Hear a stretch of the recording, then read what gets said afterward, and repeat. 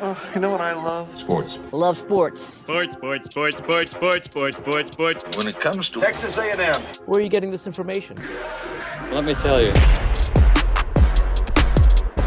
Welcome to TexAgs.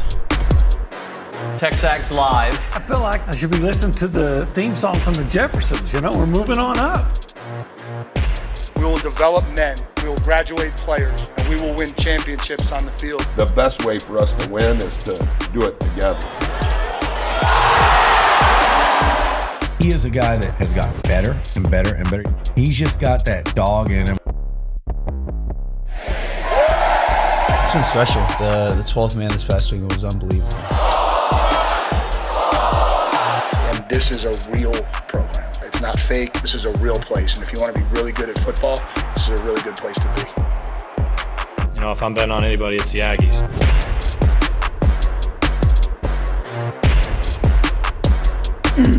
Do we even need to talk about it? You got to talk about it. That game, predictable is not the right word. But if A&M is going to have a disastrous type of game, it had a lot of the same themes we have seen when they have bad outings. Long stretches without scoring, not getting to the line, which is one of the things that they do so well. You know, the storylines of teams that aren't good at something, being good at something like free throws. Mississippi State was good with their free throws. Yeah, they're very good. You know, what A&M routinely does, we had a whole segment on it yesterday of stopping, when they're good, the top scorer on that team. That didn't happen yesterday. Just when I walked into the office today, I was like, what a terrible second half. You're like, no, it started before the second half. Yeah, this is how bad they were offensively. With 4:47 left in the first half, C.J. Wilcher made 2 of 3 free throws to give A&M a 29-24 lead. 4:47. For the rest of the half, almost 5 minutes, they get a layup from Henry Coleman. That's it. And they take a 31-30 lead. Another kind of remind me of Kentucky. Right. When first half, Kentucky's struggling with its shot, and you're not able to get separation. So anyway, so that's almost 5 minutes you go scoring 2 points. And then you open the second half, and you get a Wade Taylor three-pointer with 17:15 to go. But that's it for the first 9.5 minutes. So you go almost 15 minutes. That's a half. This is a college basketball team, number 7 in the country, goes 15 minutes and scores 5 points. You're not going to win any games doing that. Probably not. And yet, despite all that, they're within 4 points with 6 minutes? 9:35. 9:04. They got within 4, but again, it's 46-42 after a couple of Anderson Garcia free throws. So I'm thinking they're in pretty good shape here. This is where they shine. They played horrifically, and they're only down 4. But they don't score again until they get a couple of free throws at 5:44. Listen, it was abysmal performance. It was just an exercise of futility, especially on the offensive end. That said, your next opponent, Tennessee, once scored 15 points in the first half, 15, and lost to Florida. They had 20 in the first half and lost to Auburn and bounced back. It happens. We don't like it when it happens to us. Oh, we hate it. It's not to be. I guess what I'm saying is you don't crawl out on the ledge. Yep. You know, say, okay, it's over. We're not that good and all. But what it does do is it reminds you that, this team has some shooting issues. And this is why when you get for the rest of the year and then, into the NCAA tournament, you never get to feel comfortable. I mean, that game yesterday, it had all the things that, like, are we gonna have another turnover? Like this? Oh gosh, it was especially 14 turnovers in the second half alone. Second half, Oh, no, we're going to have another. Are we going to miss another shot? Here's some of the numbers. They shot 35.8% from the field, the second lowest percentage of the season. Okay? They had 19 turnovers, which is ridiculous, but 14 of those in the second half when they couldn't score. Mississippi State converted those into 22 points. Yeah, and here's what, I haven't heard this said yet, and I hope I don't. Yeah, well, you got to give Mississippi State credit on defense. That's like when Jimbo Fisher, when they'd lose, he'd say, yeah, they're good, man, they're good. Yeah, teams play defense in the SEC. Teams are good in the SEC. You're not there to only beat the teams that don't play good defense or the teams that aren't good. You got to find a way. And they could not make a shot. Well, there was a guy who was making shots. Josh Hubbard? Well, he was making a lot of shots, yes. C.J. Wilcher. Yeah, he really nice first half. Excellent first half. I don't know. I didn't see much of him in the second half. Didn't see. I'm sure he got on the floor. Maybe he just didn't get a shot. Maybe. Yeah. I thought, how we always talk about in a win, there's that co-star, that second player. Yeah. And I thought, okay, it's going to be CJ tonight. CJ's night. And well, there wasn't even a star player. No, there wasn't. Right? No, this was a flop of immense proportion. Wade had a rough game. He did. Zurich, he's allowed. Of course. He's allowed. He's had so many good games for you. Zurich had a rough second half. Oh, Zurich. Turnovers. Andy had a couple of plays that are not he had a couple turnovers, I think back to back, where I'm like, but that's not how he typically plays. Yeah, credit to Mississippi State. But A&M just did some things that are not typical of what we see from them. Well, I think the only guy that had a game that you could really think, okay, he played well, was C.J. Wilcher. That's it. Well, he played a half. Because Obaseki had a terrible game. Yeah. I don't know that Pharrell Payne, he was in foul trouble. He only got a couple shots off. Or Henry Coleman were necessarily bad, but nobody had a good game. Well, I felt that was going to be a rough one. Was it one of the first plays of the game where they go to Pharrell and they strip him the ball from him, and he even looked flustered. They looked like a team that wasn't 100% mentally in it early. Well, or Mississippi State just took it to him. Well, yeah, but when they're taking it to you, what you do is respond. You know that. You're the guy I'm the responder? You're the counterpuncher. Yeah. And they didn't. Yeah. Look. Doesn't mean they won't beat Tennessee. No, it doesn't mean it means in that game. What it does, it just puts in bold when this team struggles like this, they already have offensive issues. Don't help teams with more turnovers. Don't help teams with putting them on the line. Given your playbook, don't give it to them. The A&M's playbook, get to the line. But you know what we talked about yesterday? For whatever reason, some teams just seem to have issues in whether football on the road, in a stadium, in an arena. And again, that's the last now 5 times they've gone to the hump. They've lost 4, and the one win was a 1-point win. Yeah. So yesterday I watched the first... Mississippi State's a pretty good basketball team. That's not an excuse. You're supposed to be able to beat the good teams. Yes, and A&M has. Yesterday I watched the game, the first half from the house, okay? And then in the second half, I watched it with my buddy Philip from the Consol soccer game in the rain, in the cold, and I got my phone here, I'm watching, and I'm getting in a bad mood. The game that Consol won, congrats, but it just put me in I don't like being outside when it's rainy and cold. I don't like when my basketball team plays bad. It just made it for a bad evening. So it was really cold out on the A&M the consolidated soccer field? It was. Yeah, not as cold as it was on the offensive end for A&M. There you go. That's an OB-ism right there. All right, this is TexAgs Live. We are presented by David Gardner's Jewelers. We're in the Rollo Insurance Studio. It is the Go Hour presented by the Warehouse at CC Creations. And we are currently in an area of the room that we call the... Well, since, being cold or cool is kind of the theme of the morning, the cool zone, the holistic planning cool zone. Let me know what they do, because I forgot. Well, if you go to the holistic planning, they will help you with your investments. With a holistic approach. We're a day closer to April 15th. They're going to help you with your taxes. I don't want to pay them. Yeah, well, maybe we won't have to.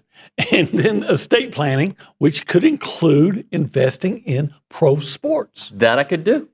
I could do that. Yeah, anybody can. Yeah. Investinprosports.com is the website. If you want to be a part of the conversation this morning, what'd you think of last night's game?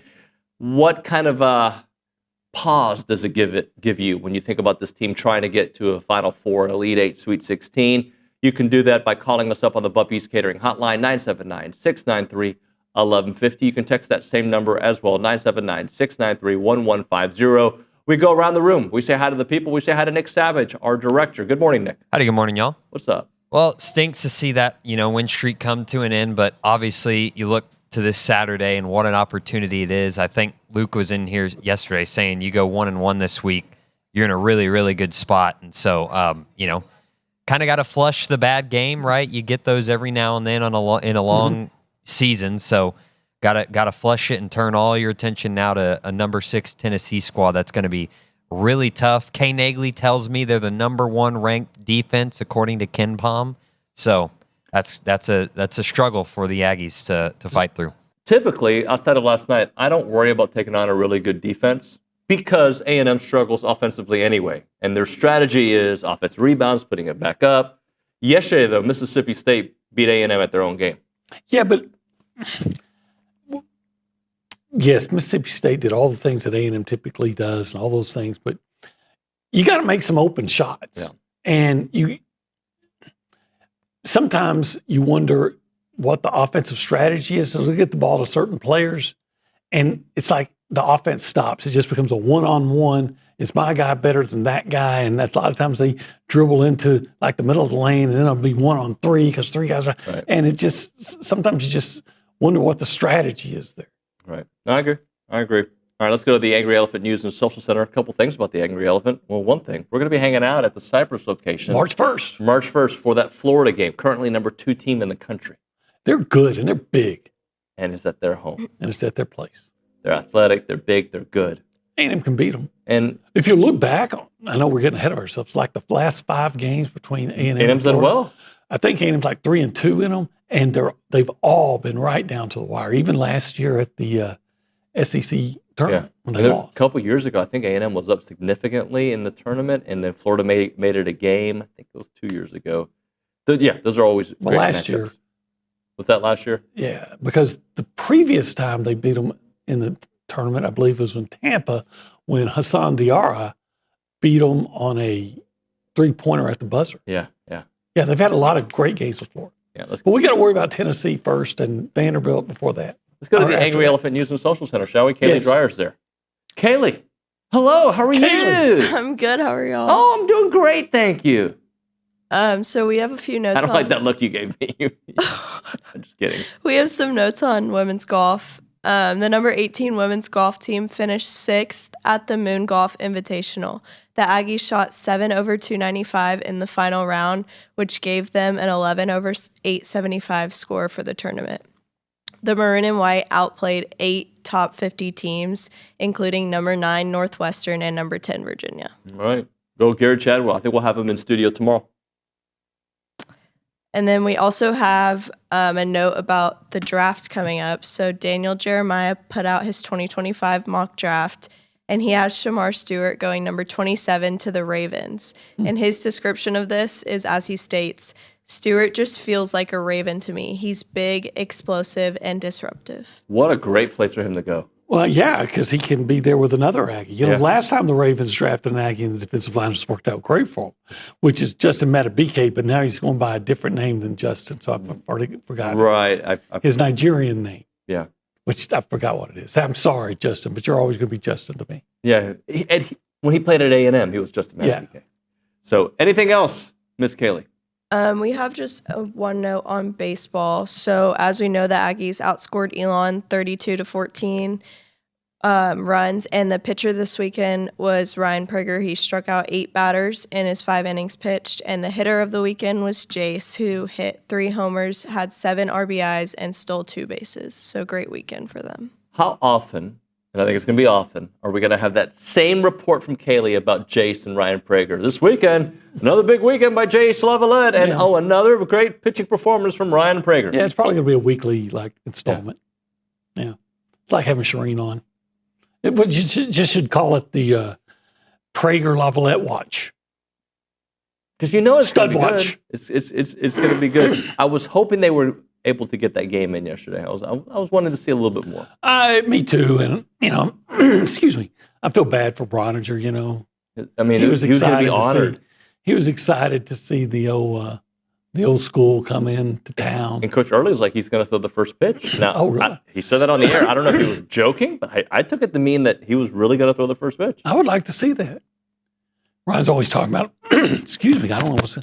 Ryan's always talking about what a baseball star he was. Well, I'd be very interested to see how he would do with the pressure on, considering we, I believe, have another employee or boss, if you will, that had to throw out a first pitch before. Oh, yeah, Luch.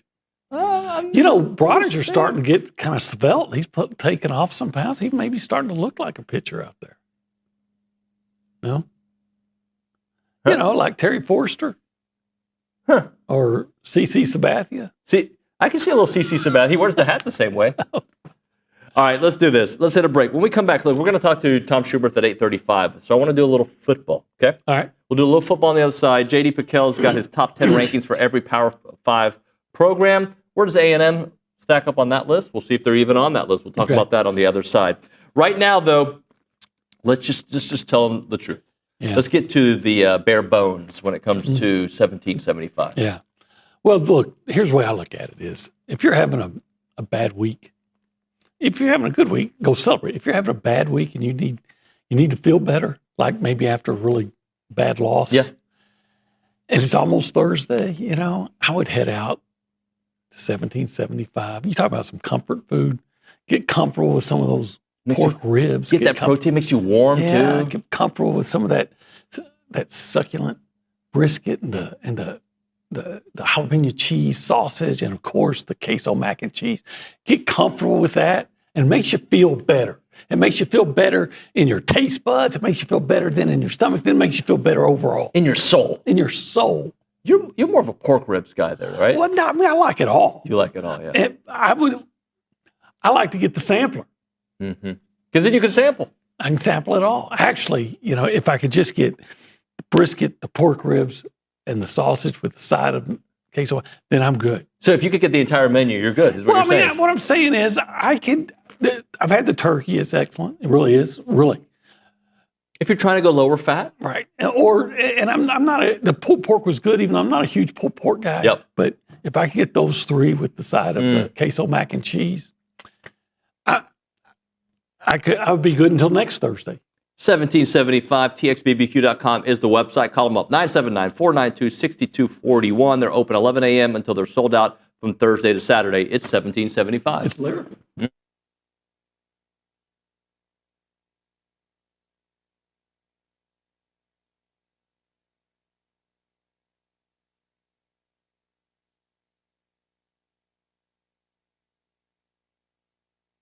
What's up, TexAgs? This commercial break is brought to you by my good friends over at Aggieland Chevrolet, the official automotive sponsor of TexAgs.com and me, Billy Lucci.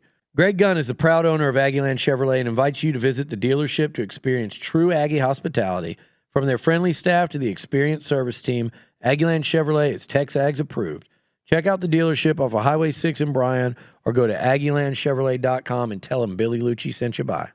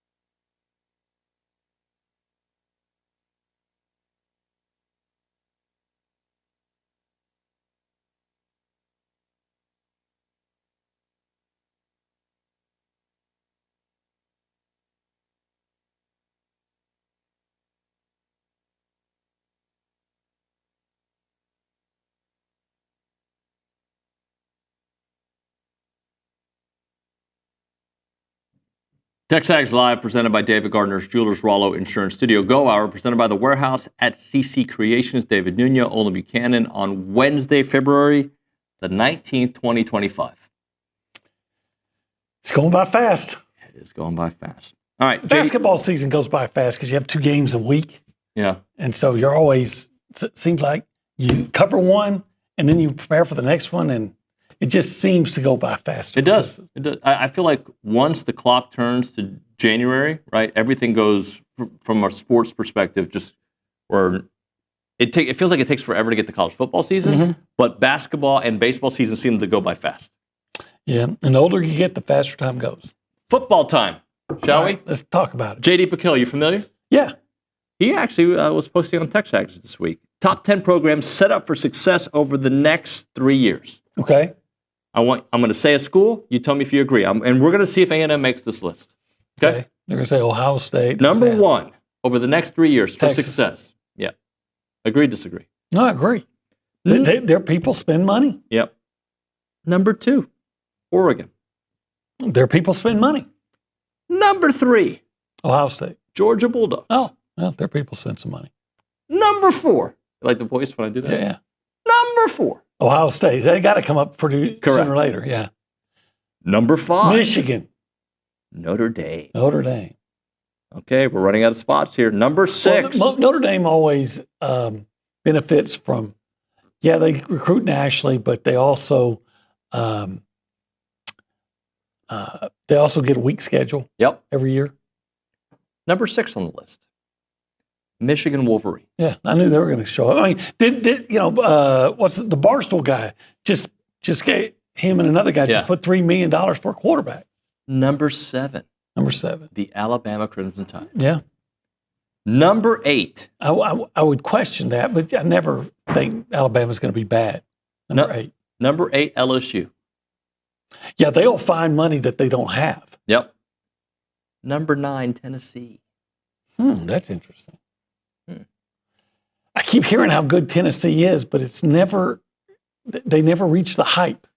Kind of like A&M? Yeah. It's a good cup of coffee, by the way. TexAgs Coffee. Beat the hell out of the mornings by going to texags.com/coffee. Number 10. Who do you think number 10 is?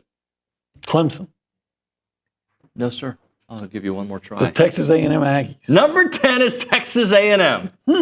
Now, well, they've recruited well. They got a good coach. They recruited well. And they're active in the portal. They got resources. Yeah, but all those things mean nothing. That's A&M historically. You've got the resources. You've got good recruiting. So, but the difference may be the coach. Yeah. Get the right guy in charge, and you can cut through all the red tape that keeps you from being successful. Of those 10 teams, every team but 2 has been to the playoffs. Well, I know one of them. Texas has been to the playoffs. Oregon's been to the playoffs. Georgia, Ohio State, Notre Dame, Michigan, Alabama, LSU. The last 2 on the list are Tennessee and A&M. Those 2 have not. Of the teams on the list. should have been in 2020. Of the teams on the list, who has won a national championship since the 2000s? Texas has. Oregon has not. Georgia has. Ohio State has. Notre Dame has not. Michigan has. Alabama has. LSU has. So 6 of those teams. From that list, who has made it to a college football final? Well, Notre Dame has. Notre Dame has. Oregon has. Twice. Yeah. So I guess those 2. So Tennessee and A&M, outside looking in. Tennessee last won the national championship in '98, I believe it was. Sound right? T. Martin? Mm-hmm. So they've been waiting a while, too. You know when was the last time Notre Dame won a national championship? 1989? 88. 88. There's a oddity about it. If you win it. Rocket Ishmael? No. No? Wasn't Rocket? I don't think he was on that team. He was on the team in 91 okay. that should have beat Colorado and kept Colorado from winning the national championship because he returned a punt for a touchdown. And then there was a phantom. That's right. Clipping call. But teams that win in the years that end with 8 typically have to wait a long, long time before they win. Tennessee and Big 12 championship. Say what? Big 12 championship. Well, I'm talking about national championships. Well, I was just talking about Big 12 championship 1998. Yeah, A&M hadn't won. It's been a minute. Yeah, it's been a few. It's been a minute. Hey, anybody can have an off decade or two. Look, we as all fans, not A&M fans, we get mad when our teams are left out of lists, right? We celebrate when we're on lists. But the bottom line is that doesn't matter. What matters is, what are we going to do? Can't get mad about what happened last year. I mean, yes, I can be disappointed about it, but like, what are we, like I have any say in what's going to happen across the street? What are they going to do to fix November issues? What are they going to do to take the next step? Because I feel like as a program, they took a step. Maybe not the step I wanted them to take, but I feel like they took a step. They went on the road. Gosh dog it, that's a step. Yeah. We need more steps. What are they going to do? Because all these lists that, hey, they've never done it. They're going to do it. They haven't done it. Like, the talk doesn't matter. Let's just go do it. Yeah, well, the first thing they're going to have to do now is you got to take the no out of November. Because A&M gets to November and you're like, okay, all of a sudden there's no offense, there's no defense, there's no chance. Right. You got to take that no out of November. You got to take the no out of November and in December too. Because yeah, I mean, you know how I feel about bowl games. I know how you feel, and you know how I feel. I just want another win to talk about. I still want them to win. Right? If they beat USC, we did this whole if thing, but just to close out this segment, if they beat USC, we're still definitely mad about November. Absolutely. But we're like, but hey, at least we ended, but we ended in the worst note. So now I'm just going to be grumpy for 9 months. Yeah, I was going to be grumpy anyway. Yeah, you're probably right. Gabe used to call me a crusty curmudgeon. So yeah, maybe you I'm are. just always just who I am. I'm just. Who's grumpier, you or me? I think I'm grumpier. Depends on the situation. Yeah. We're different people. That's a lot. Yeah. Who would be grumpy? Look, I'm glad that someone looks at that and say, hey, A&M is in this top 10 of this teams that are set up for success. I'm glad people see that, feel that's the case, recognize it. But I'm tired of being set up for success. I'm ready for success. You know what? We should get J.D. Pitkell on the show next week, chat with him about this. And he's written about A&M a couple different times, so we'll get with J.D. Because A&M's been in a pickle lately.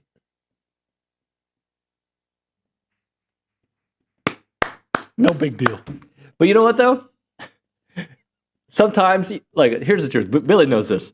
Sometimes I hear what you're saying, but I don't hear it because I'm like, Nick's in my ear or I'm typing what's going to be next. But I know when you have a joke because your face always does like this Donald Duck kind of grin, like you hear me, but you don't listen.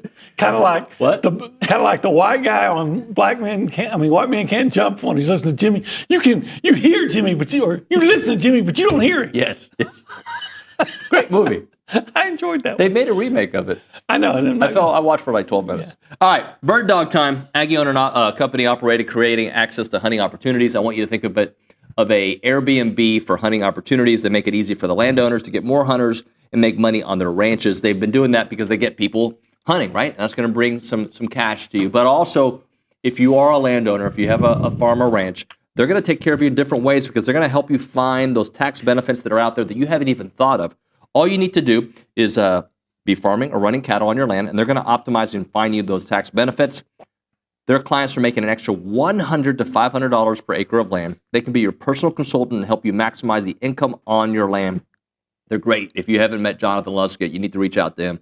They're going to find you those tax benefits, and also they can set up all your great hunts. The website is birddogit.com. That website again, birddogit.com. Check it out.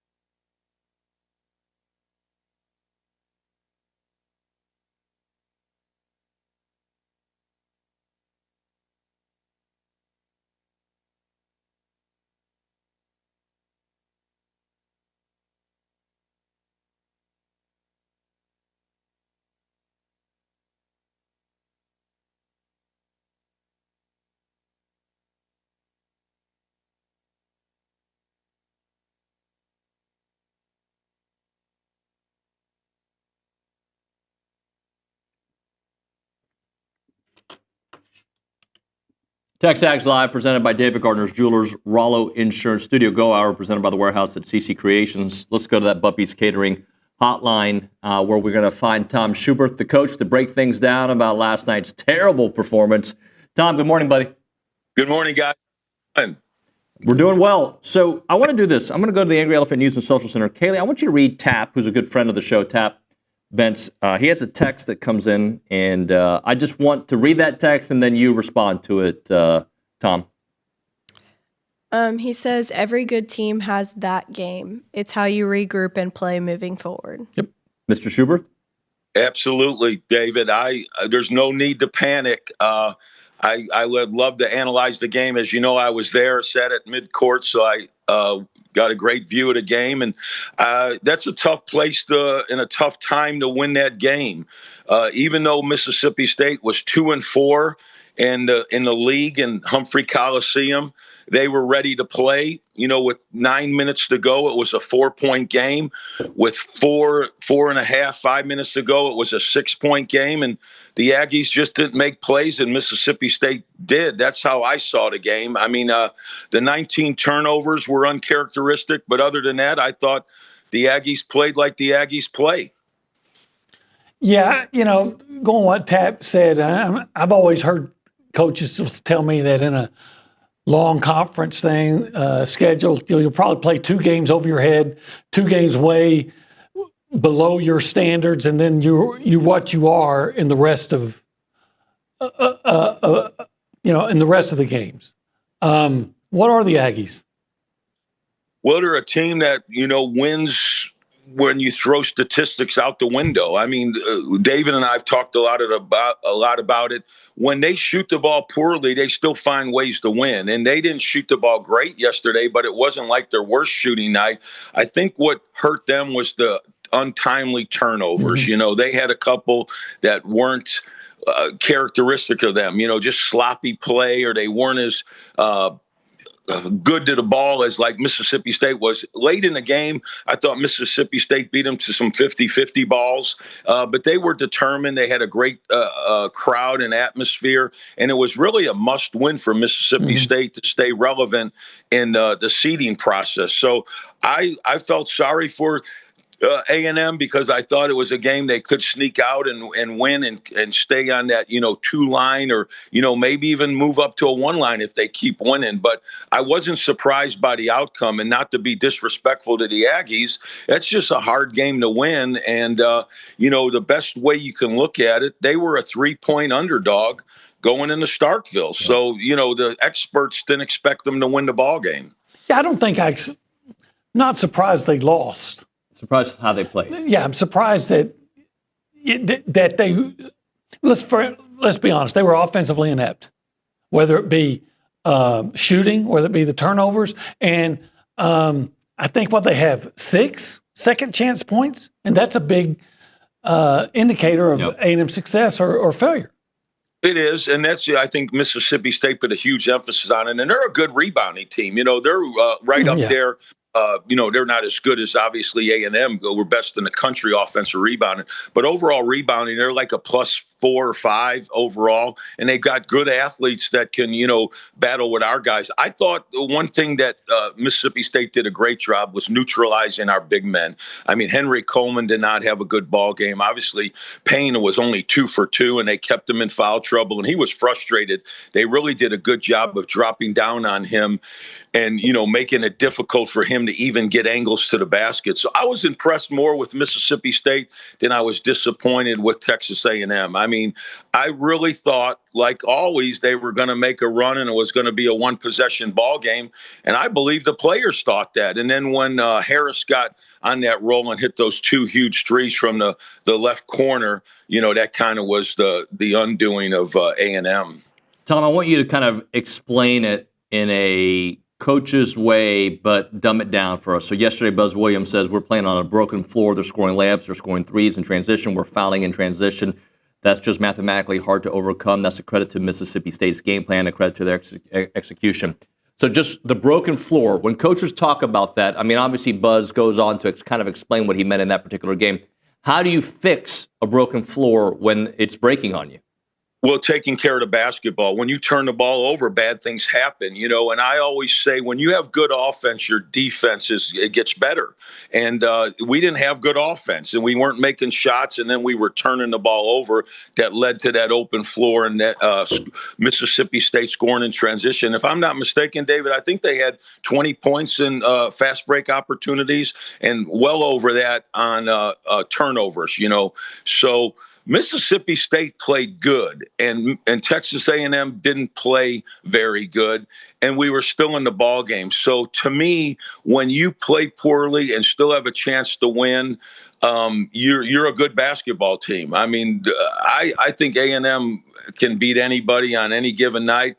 But as we know, they can lose on any given night. But they didn't lose to a bad team. They lost to a good team in an incredible environment last night. The place wasn't filled up.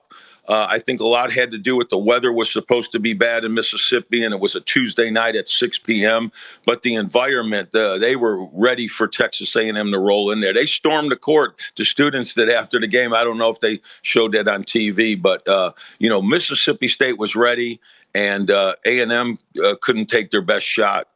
So what do you expect then from the Aggies when they play Saturday? I mean, is this what we saw last night, a symptom of some vulnerability, do you think? And you got Tennessee coming into town that also has a lot of quickness in the backcourt, and that seemed to give A&M some trouble. You guys know the Ags probably better than I do, but I would say this. There's certain teams that A&M matches up against that they're going to win every time they play. And then there's certain teams that I think give A&M problems. Mississippi State is one of those because they can match them with athleticism and shooting, and they have a star player like we do in Wade Taylor and Hubbard. And then Tennessee's another one, but I really feel confident we're going to beat Tennessee. For whatever reason, we seem to play really well against them. They're not a good offensive team. Our defense frustrates them, so I feel very confident. I picked A&M, and I don't want to be a negative guy, but I felt like A&M was going to lose this game at Mississippi State just because of the scenario. And I think the other game that's going to be very difficult, obviously, is when we go to Florida will be a very difficult game, and then the one when Auburn comes to A&M. But I think A&M will beat Auburn regardless of where the standings are or whatever. I just like the grit and the determination, and sometimes you got to take a step backwards to go forward. And I think Buzz will find a way to get these guys ready for Saturday and certainly for the rest of the season.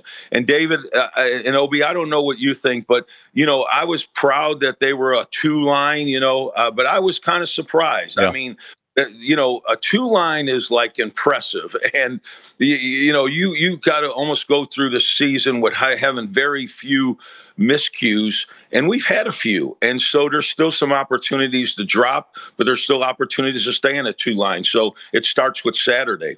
Yeah. So Tom, the way I look at it is, obviously, I want them to win out, be a 1 seed, right? That'd be fantastic. But when I look at this team, where they're vulnerable and their struggle shooting, I think of them more as like a 3/4 seed than I do as a 2/3 seed. And that's okay. Like, I can see them that way. It's what matters, the production afterwards, that at the end of the day, that's what's going to matter. Absolutely. I've always thought 3/4 seed. Again, I don't want to be negative because I love the team and what a season they're having. But I see them as a 4 seed because of the difficult schedule ahead. Florida's good, and there'll probably be 2 or 3 more games where the Aggies play where they're not going to be the favorite. So that's potentially 2 or 3 more losses, and they may slip up in a game where they're supposed to win. So with those losses, and then the SEC tournament, I think that all comes down to matchups. There's so many teams that can win that thing. I'm going to go out on a limb and say whoever wins the regular season, it looks like it's going to probably be Auburn or Alabama, I don't think that team will win the SEC tournament. I just think it's just so grueling and difficult, and you're playing not to lose, and the pressure's on you. And as you know, if you're the SEC champion, you're going to be on a one level anyway, on the one line. So it really doesn't matter if you win the tournament. And I don't think someone said Rick Barnes used to not want to win on Sunday, and I'm like, no, everybody wants to win. That's kind of a little excuse, that you kind of give your team an out. But I think everybody wants to win their conference tournament regardless of where they're being seeded in the NCAA. Well, as far as that 2 seed, I think that losing on the road to Mississippi State, it's a quad 1 victory for them. They're number 1, pretty high team. I don't think it's going to hurt you that much. I think if you can beat Tennessee and Vanderbilt and LSU, the teams that you're actually supposed to beat, I don't think that loss at Mississippi State or a loss to Auburn. I know you're picking Auburn to A&M over Auburn, or at Florida. I'm betting that wouldn't take them off a 2 seed. Agree or disagree? Oh, David, what do you think? Obi, I know I like that confidence. It's just, gosh, that means you're one of the 8 best teams in the country at the end of the year.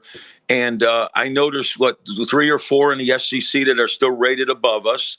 And then you've got the Big 12. I think Houston's going to be rated above us before it's all said and done. They're moving up. So, we've got to be as good or better than in the top 8 teams in the country. And with our schedule and then the SEC tournament, I just don't know if we can avoid enough losses. I sure hope so, because a 2 seed is really so much more beneficial than a 3 seed. Very few 2 seeds lose to the 15 in the first round, and then you have a better chance to win your second round game as a 2 than a 3. So it is important to get the best seed you can. If they go 4-1 the rest of the way, sure. Well, yeah, but I'm telling you, are you really going to be penalized that much for losing on the road to Florida, which is probably a 1 seed, and then the Auburn, which would be a 1 seed? So and it's my experience recently is that the conference tournament doesn't have that big an issue with the selection Sunday. And I'll go back to A&M going on their road to the final and not getting into NCAA tournament a couple of years ago. That's interesting. That's one thing I don't. Why have conference tournaments if they don't mean anything? I know they have to do them for the lower level conferences. Make money. Automatic qualifier. But you're right, OB. A lot of times they've already made their mind up of who's going where and what their seed is before the tournaments are even finished, particularly the ones on Sunday, which the Big Ten and the SEC and the ACC, they play on Sunday, on Selection Sunday. So I don't know why they have them anymore if they're not going to emphasize it. Hey, Tom, we got to hit a break here. 30 to 40 seconds. I'm just going to say a name. You respond. Ready? Yes, sir. C.J. Wilcher. I loved him. And in fact, that's a shame. It's the best game of the year, in my opinion. He was such a factor, and it was kind of wasted, because we couldn't come on and win the game. Good stuff, Tom. Appreciate you, sir. Thank you. Thank you, guys. Safe travels back. All right, we'll hit a break here. We'll come back with a short final segment. Right now, the Association of Former Students. If your organization or business is looking for an opportunity to engage with Aggies, then you need to reach out to the Association of Former Students. They bring Aggies of all ages together during marquee events held throughout the year. We're talking about Aggie Ring Day, All Aggie Hullabaloo, The Gathering. They welcome tens of thousands of guests, and there are many sponsorship and vendor opportunities to get your brand in front of those attendees. These sponsorships offer many different kind of options for you, digital and in-person options to promote your brand. They have title sponsorship naming, they have on-site presence, they have activation, and much, much more recognition in social media posts. There's also advertising opportunities in both the Texas Aggie Magazine and the Aggie News newsletter, which are seen by over 230,000 people. So if your business is ready to engage with Aggies, choose a partner with the organization that's been supporting the Aggie Network for over 140 years. For more information on options available through the association, please email sponsorships@aggienetwork.com.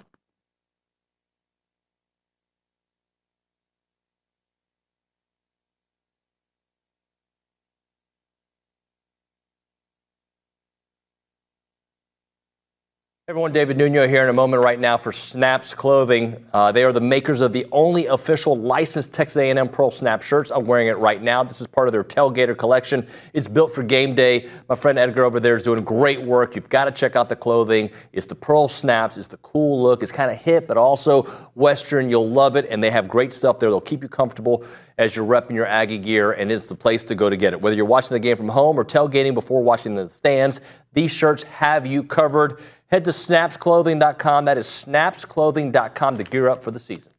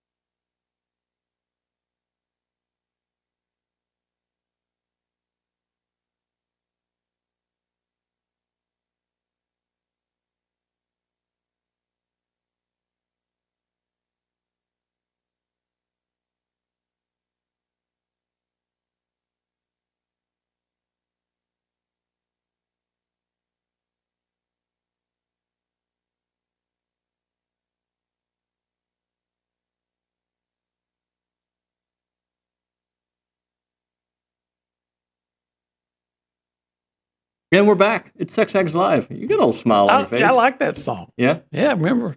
Takes me back to Tyler, Texas when that game when that was popular. Yeah. Yeah, hanging out. What was that? The Brass Star in Tyler, Texas. Everybody in Tyler remember that. Yesterday, we were talking about Josh Hubbard, and I gave a shout out to Hubbard, Texas, which I don't know if you've ever been to Hubbard, Texas. It's in Central Texas, close to Waco. And I had somebody reach out to me on Twitter like, hey, thanks for the shout out, because this is a very small town. Yeah. And my dear friend Michael Hill grew up in Hubbard. I've been there. So it was a guy. The guy who reached out to me, I didn't know, yeah. But Michael Hill. I thought maybe it was an old mother. An old mother Hubbard? I can't help myself. No, you can't help yourself. So shout out to Hubbard, Texas, and Tyler, Texas. And Tyler, Texas. And the Brass Star. And what was it? Cody's. Howard Dean. And naming a bunch of other places. Where? Anywhere? In Tyler? You mean? Remember Howard Dean? Was it Howard Dean? Yeah. I'm going to go to San Antonio. Texas. We're going to go to Corpus Christi. Lubbock. Of course. Sorry. If I said Lubbock, it'd be more like, ugh. Thank you, Obi. When we come back, football.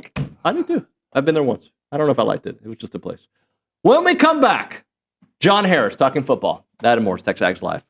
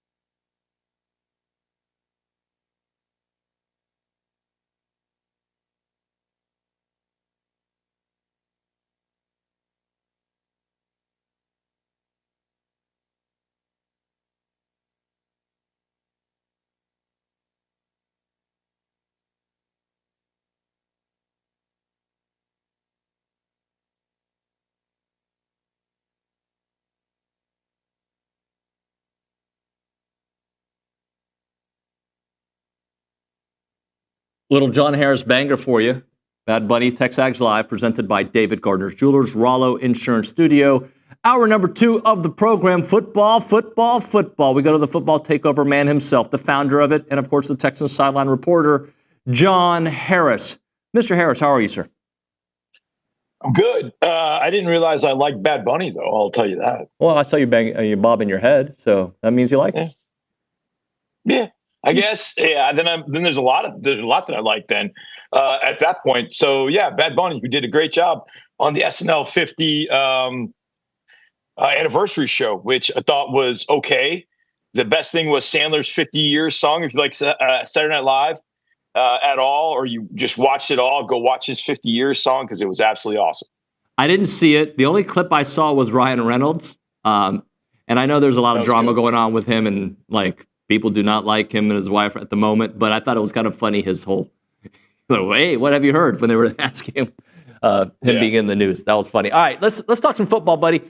I saw that on your show with Vandy that you guys were talking about the strongest position group in this NFL draft. So just kind of help us understand what you think of some, maybe 1A and 1B position groups in this year's NFL draft?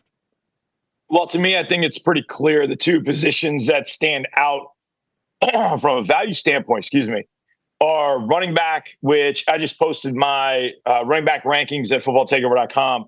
I think this running back class is loaded.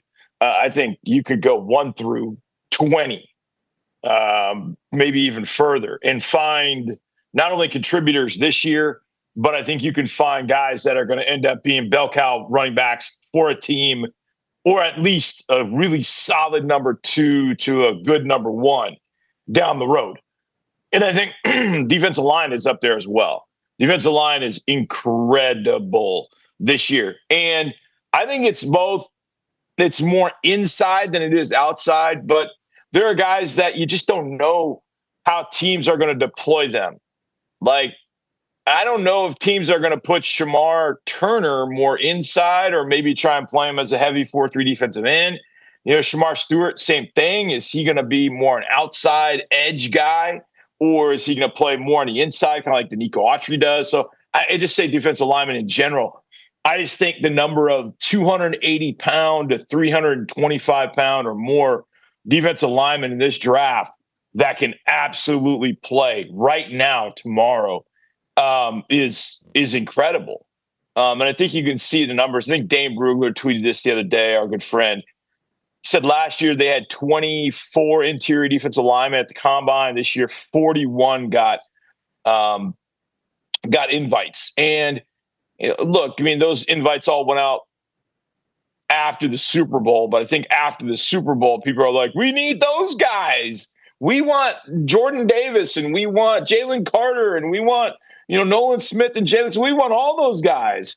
And I think, it's always cyclical, because there's some years where the Chiefs win it and they're like, well, we need a Tyreek Hill, and the Eagles win it with a bunch of bruisers up front, and everybody's like, oh, I need to have those big guys. But I think this is just kind of the intersection of a really good defensive line class and the fact that the Eagles won it with a bunch of badass defensive linemen in particular. But their offensive line was great. I don't know that I love the offensive linemen this year. I'll be honest. There are a few that I really like. I love Tyler Booker. Donovan Jackson, moving out to left tackle, the kid from Ohio State, went to Episcopal High School here in Houston, Bel Air. I love him because now he's shown he's got position flex as well. But after that, there really aren't any centers to get excited about. Other than Booker, there are a couple of guards, like, okay, I guess. The tackles, to me, like Kelvin Banks, did not have a great year, even though he won the Lombardi. Will Campbell was good, but I don't know. I don't love this tackle class. I don't love the offensive lineman in this class. But I love the defensive linemen in this group and the running backs for sure. So to me, it's those two groups, 1A, 1B, 1, 2, however you want to do it. But those are the two at top for me as it pertains to position rankings. Johnny, what do you think about Shedeur Sanders as an NFL quarterback and what he did in the collegiate ranks, how it could translate to the next level? He's a really good college quarterback. We'll leave it there. But to me, I'll go further. To me, there's so much that goes into being an NFL quarterback that has nothing to do with how well you throw the football or how well you take a drop or how well you run. It is so much more about being a leader, being the alpha, being the guy that people believe in. And at that point, having people believe in you. And I just have seen things from Shedeur as it pertains to being a professional quarterback that I know will not fly in an NFL locker room. You walk to a press conference and you talk about how many times you were sacked in a game versus how many times the other guy was sacked in a game. You don't have to say it. The offensive line gets it, and the offensive line ain't gonna like that. And I'll give you a great example of that. CJ Stroud got sacked I don't know how many times this year, and never once did you hear him say one word about the offensive line. And then when the offensive line had a great game or a good game, ran a ball well, CJ didn't get sacked a ton, CJ was the first one propping him up. Personal relationships make this business, and personal relationships make you an NFL MVP candidate. And I can promise you that Josh Allen as an MVP this year, put up some great numbers, and he can throw the ball through a brick wall. But Josh Allen gets the most out of the offense because those players believe in him. He will never, ever let them down. Never. He will never call them out publicly. He will never make those players feel like they're on the offensive or the defensive. He goes to bat for them. So to me, leadership and being that guy, being that alpha, it's different in the NFL than it is in college. Cam's going to have to deal with this as well. Cam Ward from out of Miami. But, Cam's gone through some adversity in his career. I don't know if Shedur's faced that adversity. When he faced it in 2023, threw everybody under the bus. And to me, that's going to be a big indication. So now he can come in and understand that and end up being a really good quarterback. But I don't believe that. I don't believe he's going to be. I think there are going to be some things that hit the fan, and I don't know that he is going to be able to handle it in a legendary manner. So until he does that, I'm not really going to believe in a guy can be an NFL quarterback if that's not there. Look, Baker Mayfield, it took a little while for Baker to kind of find his way, but everything and everybody you talk to that's played with Baker was like, that dude goes to bat for me. I'll do everything for that guy. That's why I believe in some of those quarterbacks that have the it factor. I don't know that any quarterback in this draft, to be honest, has that the way that last year's group did, that CJ's got it. Even Bryce has got it too. And I think Bryce is going to turn the corner, and he already started to last year. You got to have that it factor to be able to deal with egos and money and all the stuff you have to deal with in the NFL. And when you're front facing and you're talking on the mic and you're telling everybody how, basically great you are and everybody isn't, you're not going to end up being a great quarterback in the NFL. Let's talk Cam Ward, because I loved his game last year with Miami. And I think people have forgotten, but I haven't because I hold grudges, of the whole, he played the first half of the bowl game and he's like, I'm good. Yeah. Like, I know that's normal in today's world, but if I'm a GM, that bugs me, but I'm not a GM. I'll never be a GM. I love his game. I think he's got a great personality. I'm going to let you take it from there, Johnny. Yeah, his game is interesting. It's a very kind of calm, composed game. When he drops, sometimes he's standing there in the pocket. And I remember Oakland Raider offensive lineman talking about Kenny Stabler way back in the day, and they're like, Kenny, just move around. Just move around a little bit. You stand back there, and it makes us look, like we're not even really trying hard to kind of keep you upright. Just kind of move around a little bit. But, Cam's got such good, as we like to say, arm talent. And arm talent isn't you throw the ball 75 miles an hour. Arm talent is you throw the ball through a space to a guy on a run. And, we saw that initially against Florida.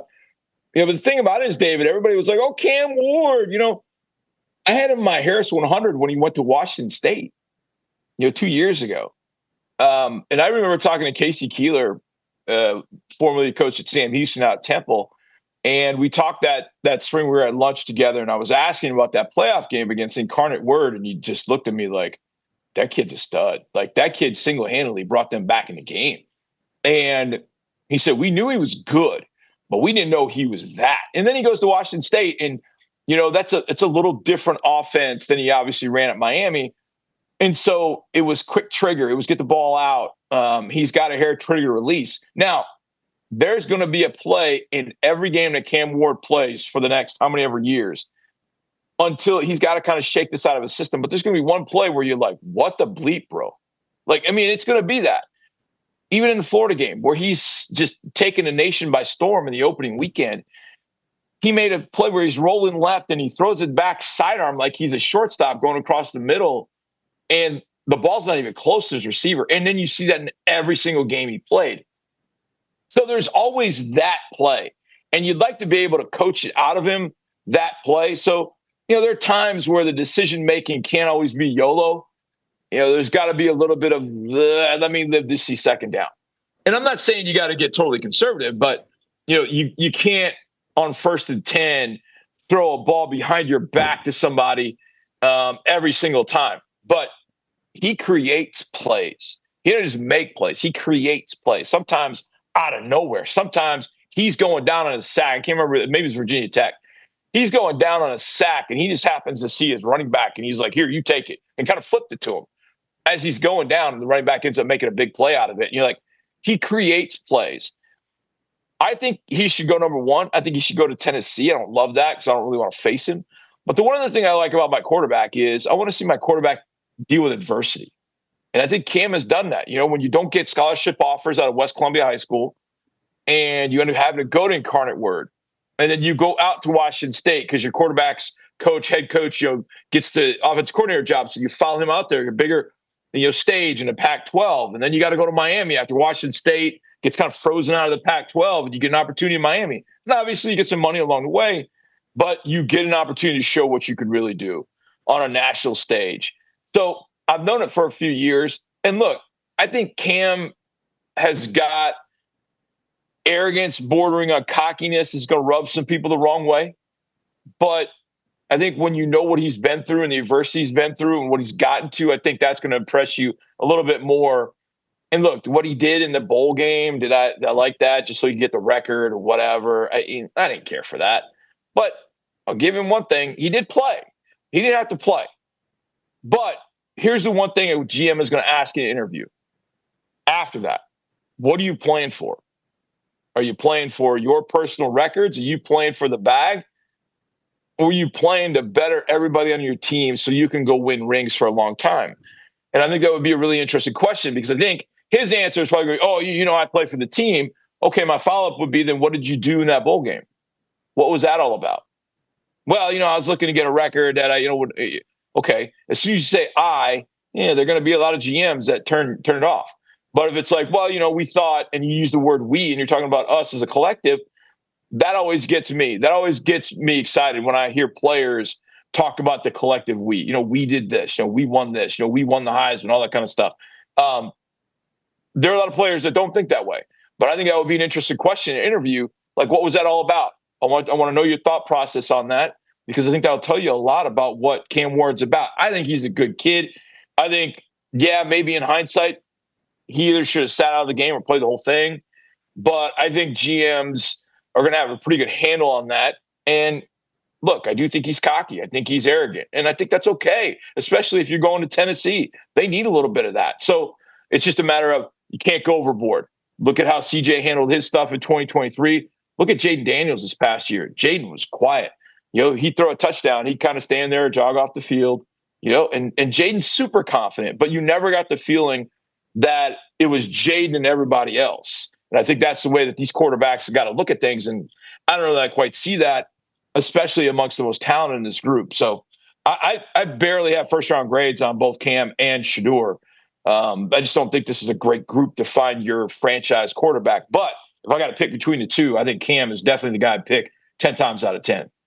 Johnny, I want to do some drama in sports and get your take, because I love when we kind of go off script here. Did you see the Patrick Mahomes Sr. John Rocker video? And did you see the report that I think surfaced last night? Yeah. For those who don't know, it was all set up because they were going to have a fight or something like that. Yeah. So Barstool apparent. So they almost got into a fight outside of a bar. It went viral. And then it turns out I guess he's under probation, Pat Mahomes Sr., for drinking, I think it is, or DWI or something. And it turned out that the whole thing was staged to help promote a Barstool fight between those two. By the way, I'm taking John Rocker in the fight if I had to pick. But anyway. Yeah, Rocker's nuts. So absolutely. I mean, Rocker's absolutely crazy. He looks jacked. When it first happened and I started seeing the response on social media, and then I saw somebody say, well, that's fake. And I was like, yeah, it probably is. Now, I don't get all hot and bothered about it. I don't give two rat's asses about Patrick Mahomes Sr. or John Rocker. I really don't. If they want to fight, let them fight. But Barstool Sports and Dave Portnoy, standing up there, and I don't hate Dave. I don't think like him, and so what he's built from scratch is amazing. Yeah, and he taps into his Stooley fan base, and I think that's I think it's really cool. Having spent years at 1560, we were trying to do that with our listener base, and so I understand what Dave's doing. I just think that was a little much. You know what I mean? It was just, I don't know. It was a little bit much. I just kind of scoffed at it. Like, all right, everybody's going to, people are going to do things just to get themselves on social media, clout and likes and all that kind of stuff. And I don't, you know me, I don't think that way. I just don't. I don't spend, I'm on social media. Lost you, Johnny. We lost Johnny somehow. I don't know if he hears us or not. John Harris. I don't think he hears us. So we'll. Yeah, I don't think he can hear me either because I'm trying to talk to him and he can't hear me. Yeah, he's just going on. John? Hi. John, did you press mute? Did you press mute? Did you press mute? He can't hear me. We lost him. Maybe send him a text, let him know that we lost him. John Harris there on the Buppy's Catering Hotline. I wanted to get his thoughts on the Richie Incognito, Jonathan Martin situation too. But it looks like we lost him. So we'll probably hit a break here. When we come back, though, got some other good stuff. We've got Pat Henry, track and field report on the show. So we'll talk to him. That is brought to you by, of course, our friends at Brazos Running Company. We'll hit a break here. We'll come back with more. Milliken Reserve Time, farm to table community in College Station. They got homes, they got trails, they got farms, they got wide open spaces, and their mission is to build a healthy community around nature. Let's talk about the events. So on Saturday, March 1st, they got Volunteer at the Farm, but they got stuff before that, guys. They got Sunrise Coffee tomorrow, 7 a.m. They got Volunteer at the Farm on the 21st and the 22nd. They got Gardening 101, integrated pest control management. I like that. More coffee, more volunteering at the farm, a farm stand, trail running with the Lone Star Trail Runners, events all the time. The point is, if you go there, you're going to have a great time by going to the event or just by being in nature. They have so many different things you can do there with hiking, biking, canoeing, kayaking, equestrian trails, the evening yoga, you name it, they got it. You want to learn about it? Go to millikenreserve.com. Millikenreserve.com is the website.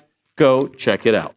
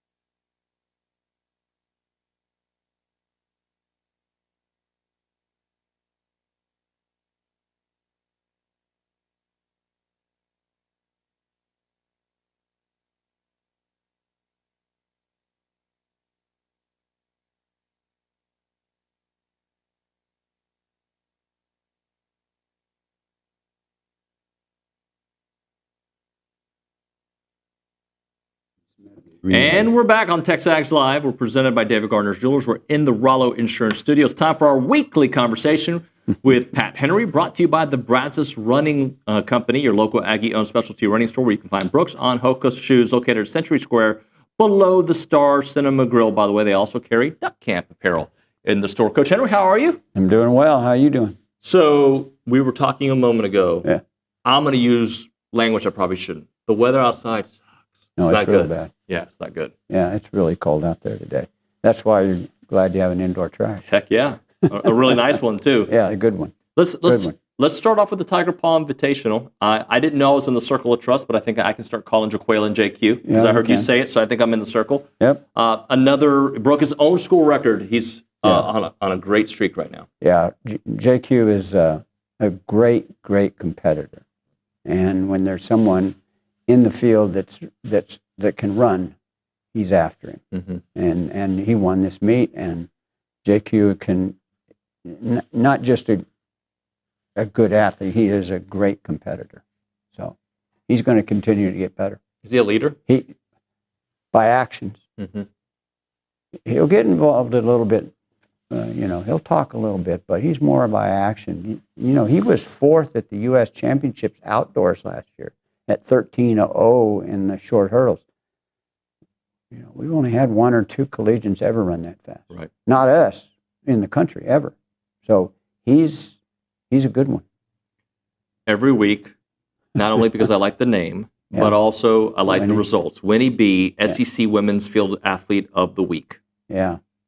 That's that's first and last name too, Winnie B. Winnie B. Winnie B. It could be a rapper's name. It could be a track and field star's name. But she jumped 45 foot 11 3/4 inches. She jumped 14 meters 01. Yep. And metrically, there's lots of people that when you're a 14 meter jumper, now you're starting to get into being world class. Mm-hmm. And she's one that, Mario Jatania coaches her, and because she has the speed she has, she may even be one that can run on our 4x100 outdoors. Because of her speed and the way a triple jumper jumps, she's going to continue to improve on this. She's jumped, like I said, right at 46 foot, but she is going to really jump far, I think. Yeah. She's every week we have something new to report on her. Yep. The men's 4x400 relay team improved. Was it a 3:02:21? Yep. And I ran a little different group.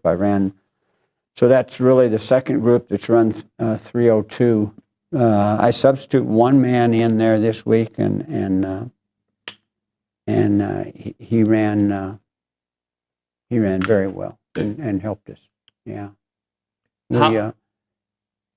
Cutler Zamzo, along with the other four guys, there's really five guys that are capable of running on that relay. And Cutler, I put the pressure on him, put him in there. I put him on an anchor leg, and he ran 45 seconds. So he's really coming around. And he did the same last year, but he hadn't run real well yet until this weekend.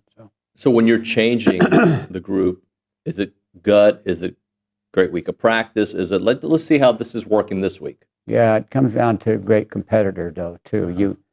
It's not when you get to the SEC championships or the NCAA championships, I'm glad we're running fast. And I think we're going to run faster than 3:02. But it doesn't make any difference what the time is. It's about winning. Yeah. It's about beating people. And so I'm trying to put the best four competitors out there. And I'm fortunate right now to have five guys. Maybe six. I've got one other one coming on. So it's good to have that depth. Ladies' side, I don't have that depth at all. So if I have one sick, we're in trouble. And I had one sick this weekend. So we just weren't able to run. We just don't have the depth there. So I've got to have everybody well next week when the SECs are here. Gilbert Rono is a 4:02 in the mile, 01, number 7 all-time list. Yeah. A&M list. And we had three men come in right at 4:02, uh, 4:02, 4:03, and I think we ran 4:04.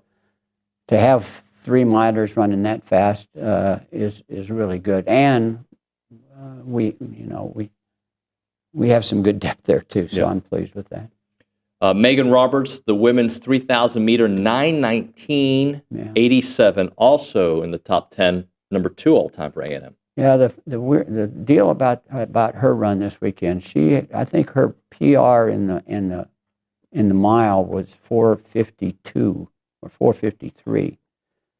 Inside of this 3K, she ran faster first mile of the 3K than she's ever run an open mile. And that doesn't happen. Right. That just doesn't happen. It takes a lot of guts to take yourself to that point to where you've never gone before. She's never run that fast at a mile inside of a 3. So to go there, because you don't know what's going to happen. You don't know if you're going to be able to sustain. You don't know what you're going to do. And she ended up running the best she's ever run. And like you just said, number 2 all time. And then Alexander Solovev, the pole vault, 5.65. Yeah, he jumped 18 meters, 6.5, or 18 foot, 6.5 inches.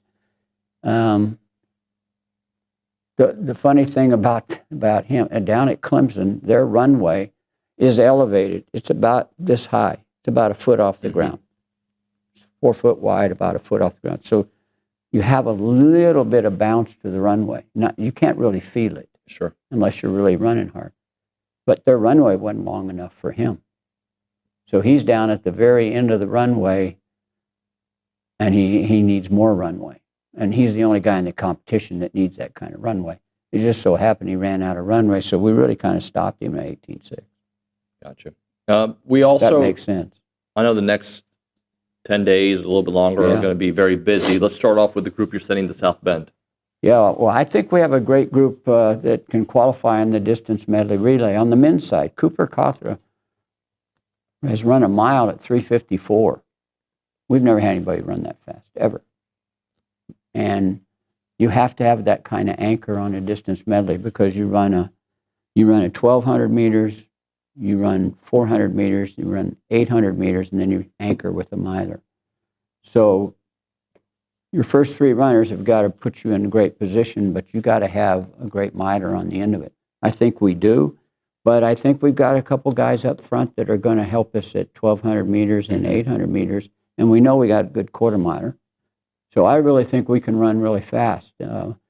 People will go to Notre Dame to run this week. It's a week before conference, and a lot of times you don't run the week before conference. But we're going to run this relay because I think if we can get it in the national meet, I think we can score. So we're going to try to get it in the national meet. And then we're going to get super busy here with the SEC Championships, the March 1st weekend. Yeah. The best of the best. People need to come out and support. Yeah, if you want to see some athletes, you come to the track and watch this SEC meet. I mean, it's the best meet in the world. The SEC track meet is just a tremendous group of athletes from all over. Lots of Olympians from every school. So it's a fun meet. It's a very, very competitive meet, and it'll be hard to tell what's going to happen because we've added Oklahoma and Texas in there this year. So we got 16 of the best teams in the country. Yeah, it's gonna be fun. How busy is it for you, considering it is what it is? Yeah, I mean, I've got to organize over 110 officials to work the meet. So we got a lot of work. And that's hard sometimes to get that many, right? Yeah, we have a dedicated group of people. And you have to be, you have to know what's going on in your event area. Yeah. So we have a crew that only does long jump, triple jump. We have a group that only does the shot put and the weight throw. Timing system is not like you don't ever have any timers sitting in the stands like we used to or on a stand on the infield. It's all electronic, and you don't really see any of that. Right. Yeah, I mean, it's just a tremendous group of just pure athletic performance. And if you really want to see some people do some things that you're up close. Yeah. It's not like you're looking at a group of guys that are a long ways away and you can't really, it's not in perspective. When you're up close to somebody and you watch them jump 27 foot in the long jump, you're going to realize how far that is. And it's an amazing performance, and you would love it. You really do. If you like athletics, you love to watch that. Coach Henry, we appreciate your time. Yeah, Thank you so much. I hope people come because we'll fill the building up. Let's get more Aggies, sir. Let's get a bunch of Aggies. Yeah, here. well, it will be. At the last building, we won the national meet there in 2017. You couldn't hear yourself talk. Mm-hmm. It was so loud. And I'm serious about that too. So it's just it's getting people there that are backers of our program, and I hope people will come. Thank you so much, sir. Appreciate you. No, thank you guys. And thank you to the Brazos Running Company. Right now, as a reminder, the final segment of the program is brought to you by Double Dave's. That's at 10:50.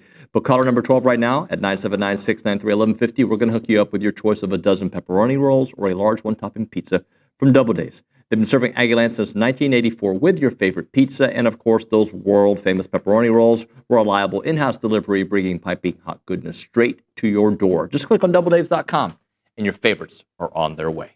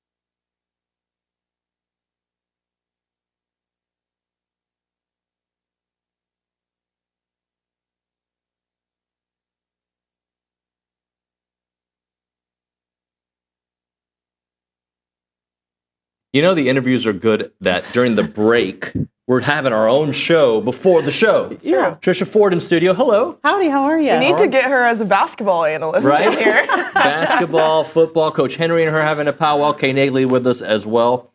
Let's look back. I know in a couple years I've known you, I know that you're never satisfied, but you also take a lot of pride in what you all are doing. So let's talk about it. 4-1 there in Florida, the Clearwater. Is it Invitational? Yep. One blip, but overall, how did you feel about the whole weekend? Yeah, it was a great learning weekend for us. Obviously, that Okie State game kind of stung, but that's what we talked about. Like, you need to have some of these stings to really motivate you. And so, solid weekend. I told the players, too, we had 20 minutes between that Okie State game and Virginia game, and Virginia obviously is a very good team. That was one of the hardest turnarounds I've ever had in my career. I mean, it was tough, and we figured out a way to win a game, and that's what really good teams do. So I was very proud of them for that. So, we got to learn from Okie State. We all felt like we played better, but just have to make a couple changes and things will get better. And I told them, I'm like, we're not trying to win a championship in February, we're trying to win a championship in June. So let's learn from this. On Sunday against Charlotte, you were able to sit Coco, Max, some girls, get some younger girls in there. Just what did you see from them? And then how do you think the dynamic between those veterans sitting and then also getting your rookies in has helped the team so far? Yeah, I think especially at the catching and shortstop position, they've just done a tremendous job. Coco is KK's biggest fan. And I think it says a lot for KK to come in and kind of, be able to fit in and really the team enjoys her. She's going to be our shortstop of the future. Obviously, I'm going to be really bummed when we lose Coco. Yeah. But I thought KK did a great job. Amari came in and, she was kind of our jack of all trades, played some first base, second base. Obviously, played some right field for us early on in the year. And Dee Baldwin got her first start and had a 2 RBI hit, picked the kid off at second base. I don't know if you really draw it up any better than that. So it's just, kind of that next player up mentality. And I think our veterans have done a really good job of kind of pushing them along. A couple games in a row, Sydney has looked really, really nice. Yeah, lesson teen. Yeah, she's done well. And so... that's a broadcaster trick, right? Like if you think you know how to pronounce the last name, you just go first name. Well, there's two Sydneys too. Yeah, this is true. Yeah, sorry. Yes. But you say the first name and then you're like, okay, I don't want to butcher it. Yeah, no, yes. But she's done a really good job. I feel like she's starting to understand some things. Our 0-2, 1-2 pitches, her and I had some discussions about just cleaning those up a little bit. But for freshmen, I mean, she pitched against Wichita State, which is a really, again, a postseason team every year.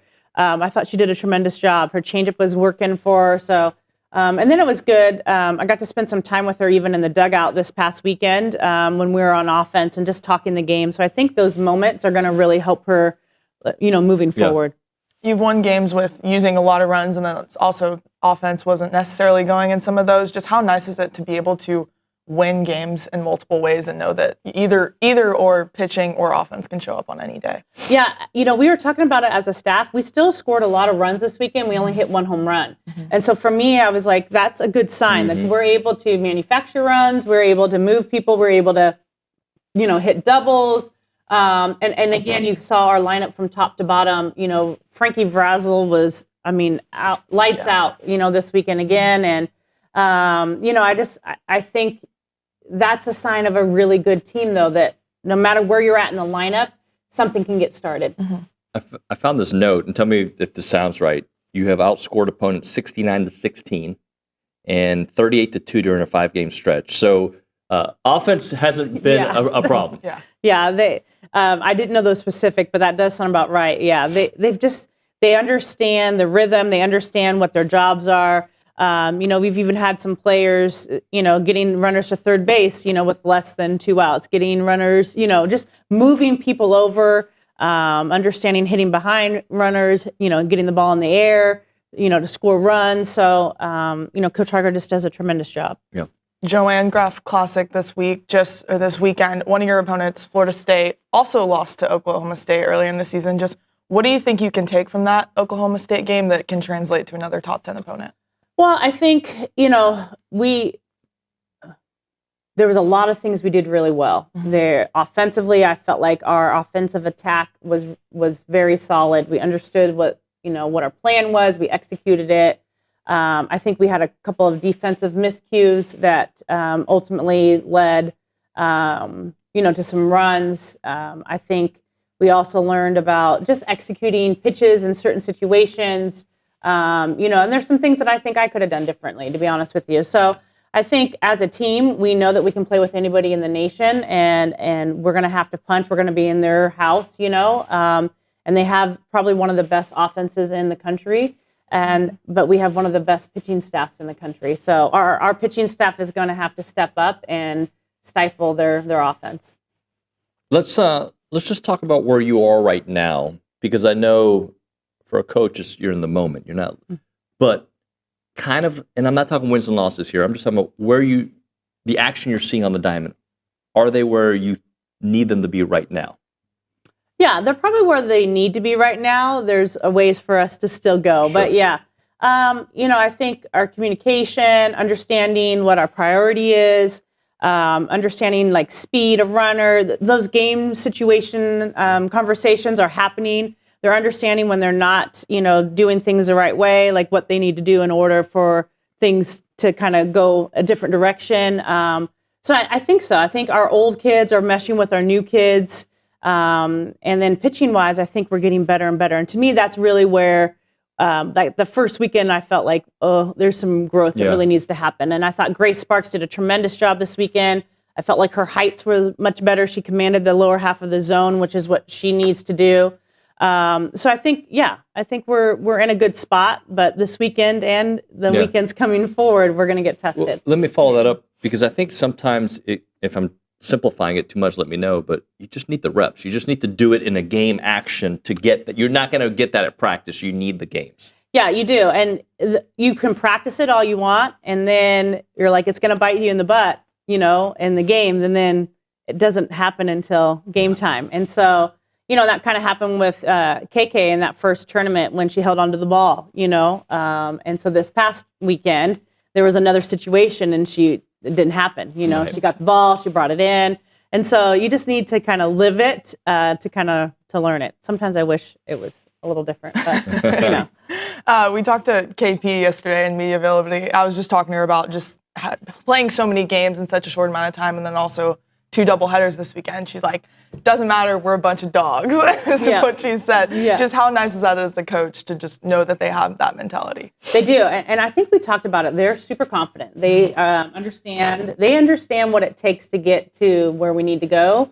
And we have the leadership, right? The kids returning. KP was part of our program last year, and they know that the work that they've put in is going to pay off at the end of the road. And it doesn't surprise me that she said that, to be honest with you.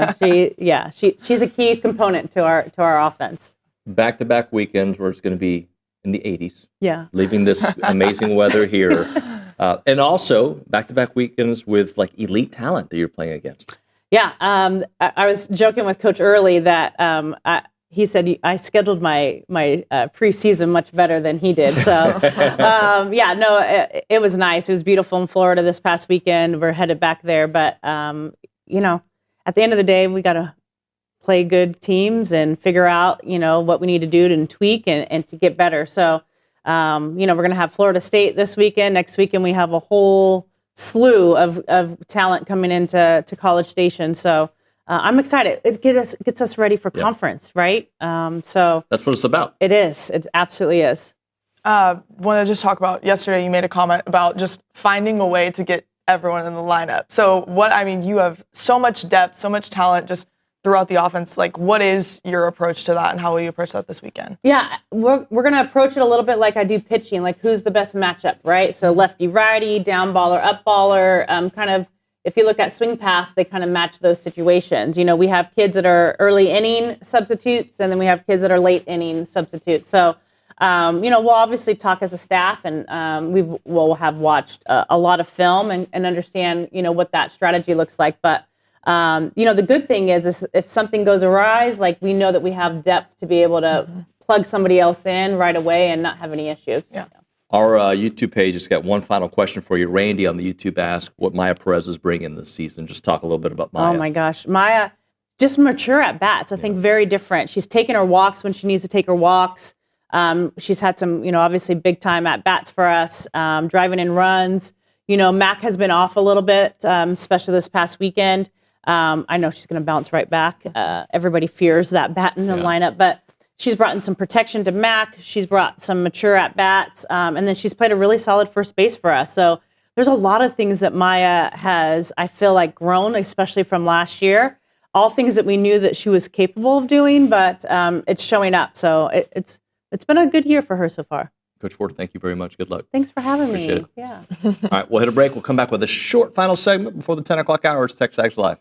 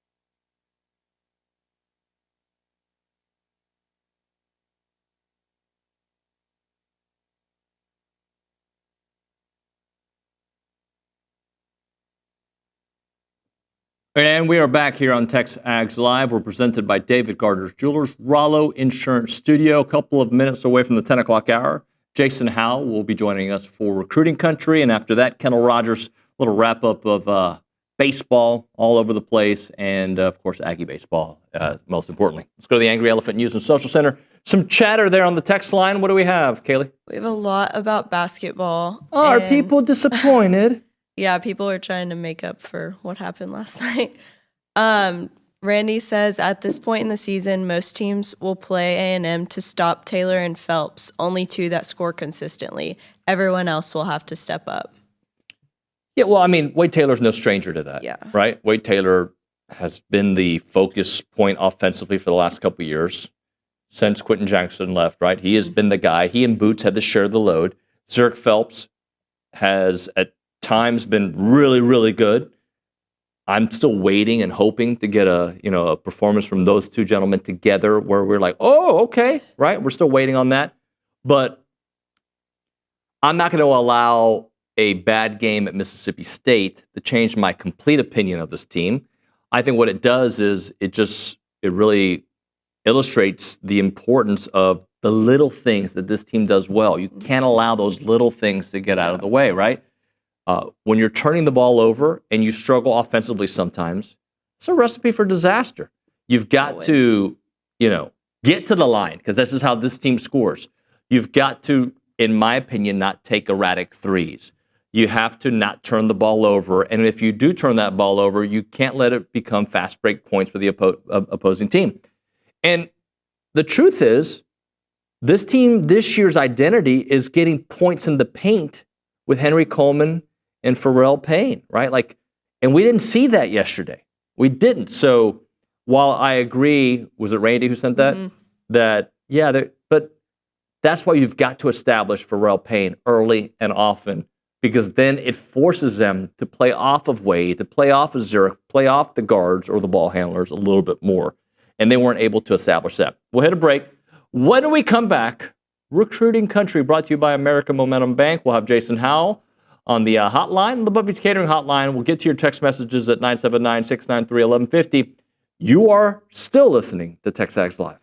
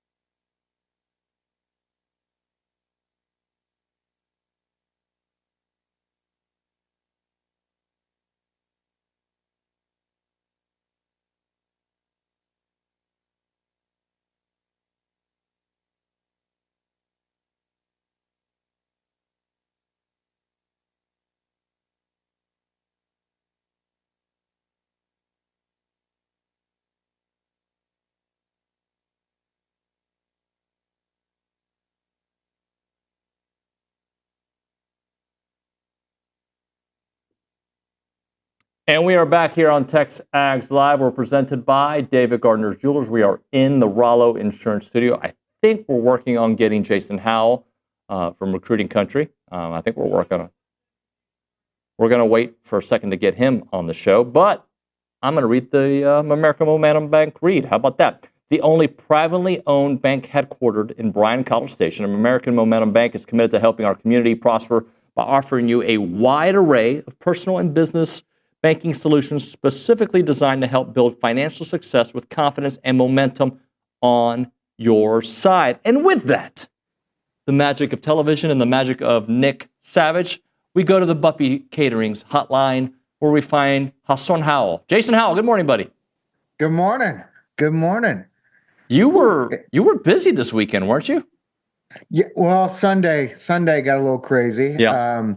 The Under Armour All-American regional camps came through Dallas, Melissa, Texas, on the outskirts there, almost to Choctaw Casino, and had a nice little showing. A lot of top talent on hand as expected. A lot of recruiting news. I tried my best to get as much of it out as possible, as soon as possible, but oh my goodness, there was a lot going on, and A&M is doing some work on the recruiting trail. Mike Elko and company, they are beating the streets and competing for a lot of top guys, and a lot of guys had a lot to say about the recruiting efforts and getting out for visits and things like that. So good times. Yeah, good times. Jason Howell here with us on TexAgs Live. All right, let's start off with 2026 defensive lineman Jermaine Kinsler. What's the latest there? Yeah, committed to Texas A&M last week. Big 6'5", 265-pound, multi-sport, multi-faceted weapon for one of the top programs in the Northeast and the country, for that matter, Bergen Catholic. They've had an All-American, I think, for the last 10 years, the last decade. They're a perennial contender for the state championship in New Jersey. But anyways, commits to Texas A&M and as a defensive lineman, is being pursued as a defensive end, defensive tackle, brings a big body presence to the defensive front, real athletic, high upside prospect. We talked to his coach Campanelli, and he just said it, man. He laid it all out. This guy is exciting. He walks through the door, he blocks out the door frame, tremendous length, and he's a guy that competes on the basketball court, so you get to see a lot of raw athleticism there, and he's really just scratching the surface on the football front, where they utilize him, especially on the defensive line. His length is just such a problem. He comes off the ball real, low and strong, and is a guy that's just a real disruptive force, whether it's on the inside as an interior pass rusher, or on the outside where he's holding the edge and doing some things kind of like you see. And I'm not going to say he's going to be Shamar Stewart, but he has that ability on the outside where you see him holding that edge and opening things up even for others to make plays, and just brings a real versatile skill set to the table up front. Talking to Jason Howell here on TexAgs Live, presented by David Gardner's Jewelers, Rollo Insurance Studio. Bobby Feaster reclassifying from 27 to 26. He's a target that A&M has for a wide receiver with a lot of talent. Yeah. I'll let you take it from there. I was going to interject, but you take it from there. 6'3", 185 pounds. I remember the first time we saw him, he went to an A&M camp. I want to say he may have been a 7th grader. And he went and competed against the high school group, and didn't just compete and look good for a 7th grader or 8th grade, whatever he was. He may have been in between 7th and 8th grade. And he was a standout regardless of age. He was a little small, but you could see the potential there. Really sharp route runner.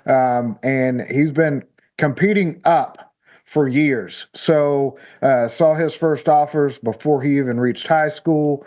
Texas A&M was one of those first offers. Yeah, he's named a top 12. He's reclassifying to 2026.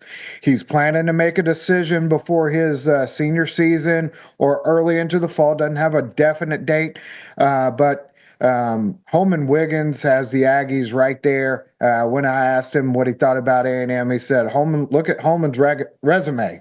And actually, he said Coach Wiggins.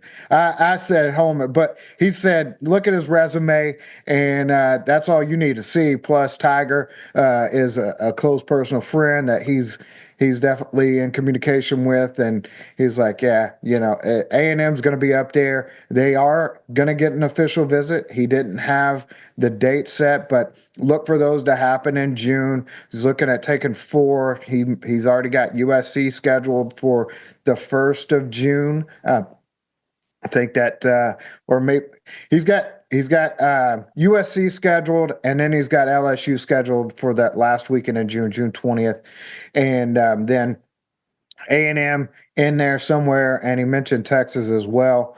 But one thing, he did say he could not graduate early, so he wouldn't be a December guy. But this is a top flight prospect, regardless of what class he's in, and you have those concerns. I've seen him on the board, about people physically, is he ready, that kind of thing. Let me tell you, Booby Feaster is ready.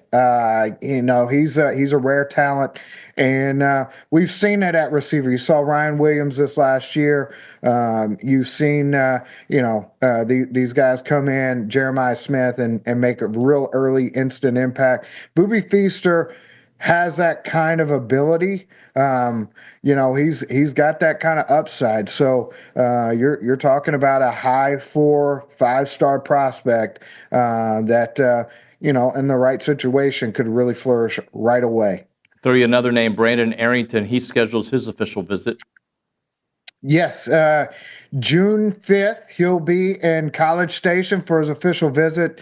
He has been on campus multiple times already, visited 3 times during the fall. And this is where that A&M schedule really helped out with some really big home matchups, and the Aggies did a great job of getting top prospects in for those matchups. He came in for Notre Dame, LSU, and Texas, all 3 of them, night game atmospheres in Kyle Field, and the atmosphere alone left a strong impression. Plus, he's got great relationships with Coach Peterson. He's being pursued at both cornerback and receiver. He can play a number of positions. That's why he's listed as an athlete, but he's just great size. He's got legit track times, one of the fastest prospects you'll find in the country. And he's also visiting Oregon and USC right now. So we'll look and see. But A&M has been a top program for him throughout his commitment since that first visit for the Notre Dame game. And I look for A&M to be a legitimate contender to land his services, and be right there in the mix, if not at the top of his list, until he's making his decision. Jason Howell with us here on TexAgs Live Recruiting Country, brought to you by American Momentum Bank. All right, so it always is, but it's stacking up to be a very busy spring and summer. We got a lot of prospects coming, so just talk about the grand scope of it all. Yeah, so right now we're in a dead period. That ends on March 2nd. And you'll see on March 3rd, the quiet period comes up. And that goes from March 3rd to April 14th. That means prospects can take visits to the college campuses. They can go to spring practices, and they can, visit with the coaches and all that stuff on campus. After that, the contact period starts April 15th through May 24th. And that means it's open season. The coaches can go out and make evaluations. They can go by the high schools. They can, sit and talk to the prospects and all that kind of stuff, and vice versa. Those guys can come in, take visits, and do everything that they could in the quiet period. Then then it sets up for another quiet period from the 29th of May to June 22nd, which is where you're going to see camps and you're going to see a large portion of those official visits happen before another dead period to close out June and all of July, which is when the coaches are going to find a few days, a week maybe, and find a golf course or a beach somewhere and try and relax a little bit. But that March 3rd to May 24th, you're going to see a lot of top prospects in Aggie land. We're already seeing it. And then May 29th to June 22nd, those 4 weekends are filling up fast, and that seems to be the target date, not only for A&M, but for every college in the country to try and, get their top priority prospects on campus so they can have a final visit before a lot of these guys are trying to make decisions in the summer. So it's a key time, and we're seeing a lot of these guys like KJ Edwards, Quebec, and a large number of these guys that are looking at taking unofficials in the spring and then returning in the fall or in the summertime for an official visit. So it's going to be a lot of fun, and this is where you're going to see a lot of decisions get made and the stage being set going into the fall. If you got a question for Jason Howell, you can send that in at 979-693-1150. We'll read it on the text line. We'll have Kaylee do that at the Angry Elephant News and Social Center. You can also send it in on the YouTube chat and the TexAgs.com chat. All right, you mentioned camps. Let's go to the camp you just attended, the Under Armour camp. And look, we know what Adam Cushing and Coach Elko are trying to do with the offensive line, and that camp had a bunch of offensive linemen. Yes, it did. Several of the top prospects on the offensive front in both 26 and 27 were in attendance. Felix Ojo continues to impress. A&M is kind of, the interest on both sides there. It seems like it's trending other directions. But he was phenomenal. He was a standout. He's potential 5-star, high 4-star offensive tackle, one of the top tackles you'll find in the state this year. Zayden Crimpin, Drew Evers, Noah Best, Peyton Miller, Brian Swanson. Those were a few guys that really caught my attention throughout the day.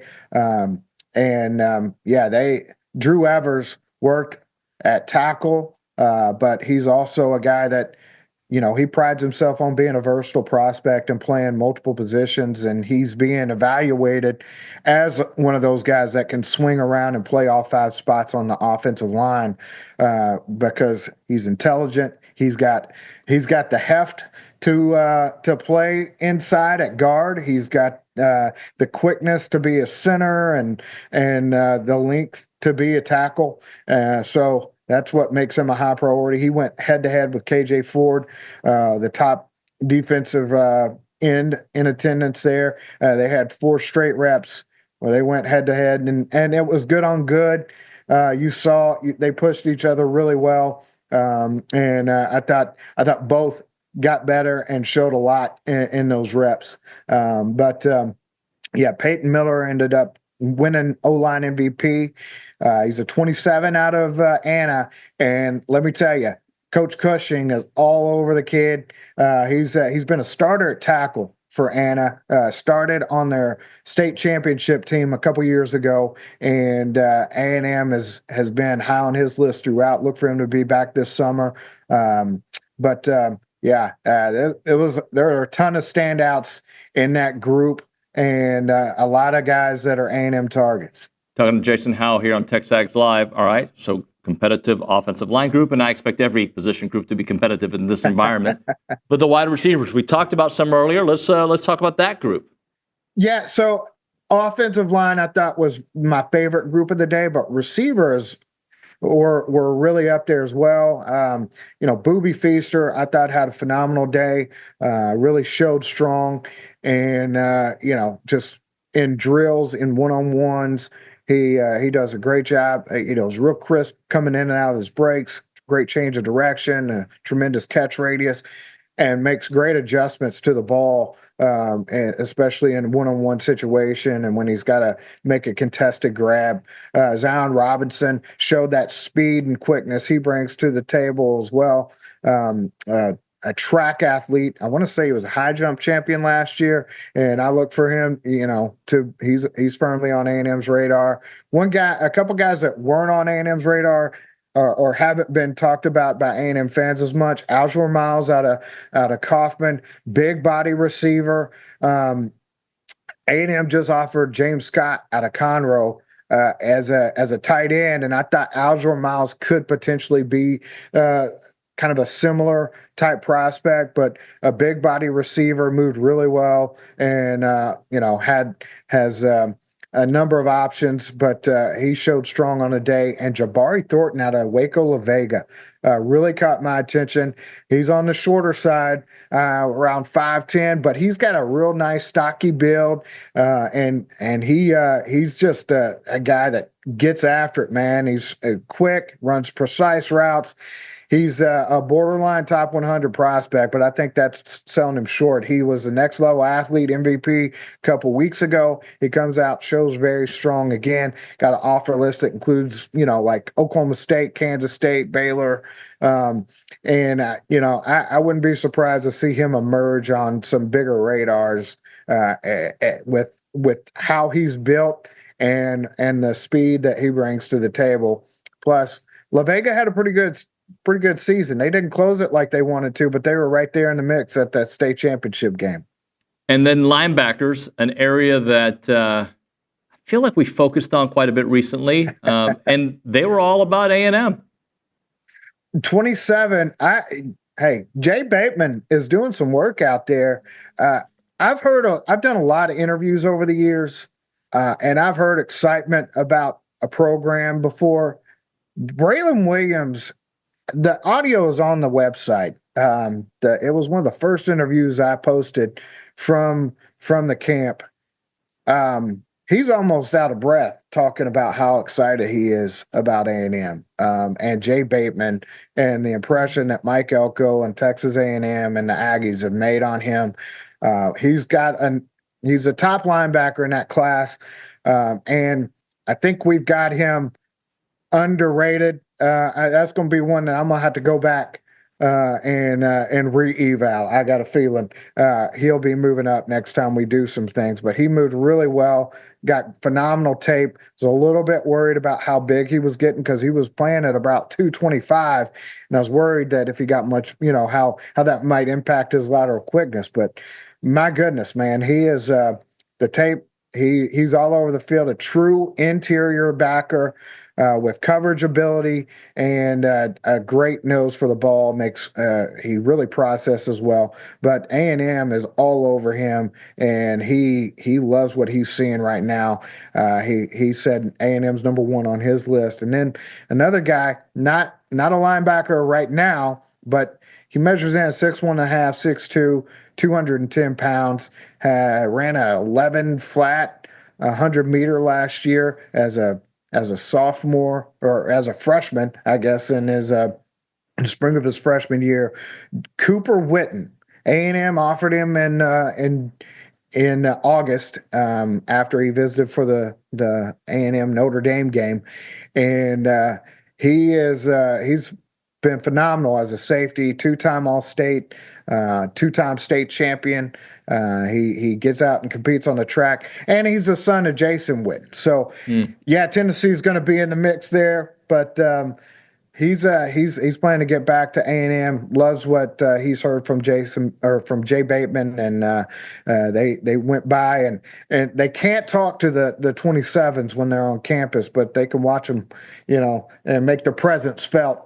Show a little maroon in the weight room or whatever, and he took notice of Coach Bateman being through there and taking an interest. So, A&M's doing really good. Those are probably the top two linebackers that you'll see in the state in 27 right now. Jason, we'll hit a break here. We'll come back. I want to ask you about Peyton Houston. Then I want to kind of just go through the Metroplex and get some thoughts on what's going on there. So we'll do that on the other side. Right now, we're talking Heritage Films. They make documentary films about families, family businesses, family ranches.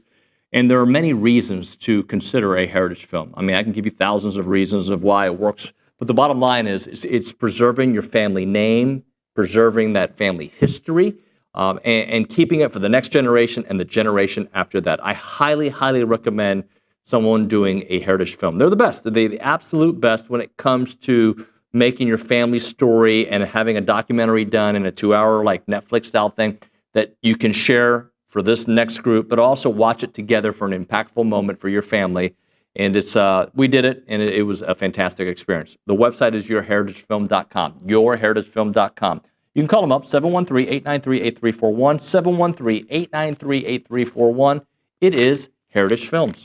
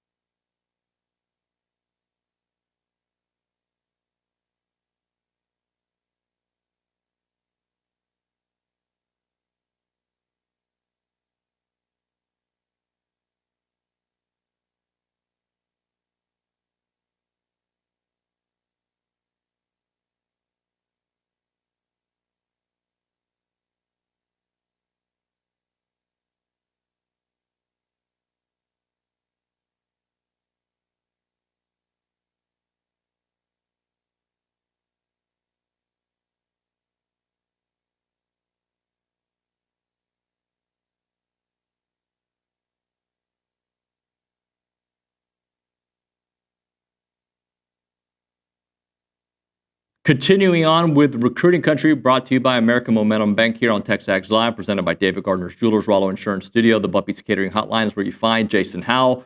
Jason, I teased it in the last segment. Let's talk about Peyton Houston, the quarterback. Peyton Houston, one of the top 2027 quarterbacks in the country.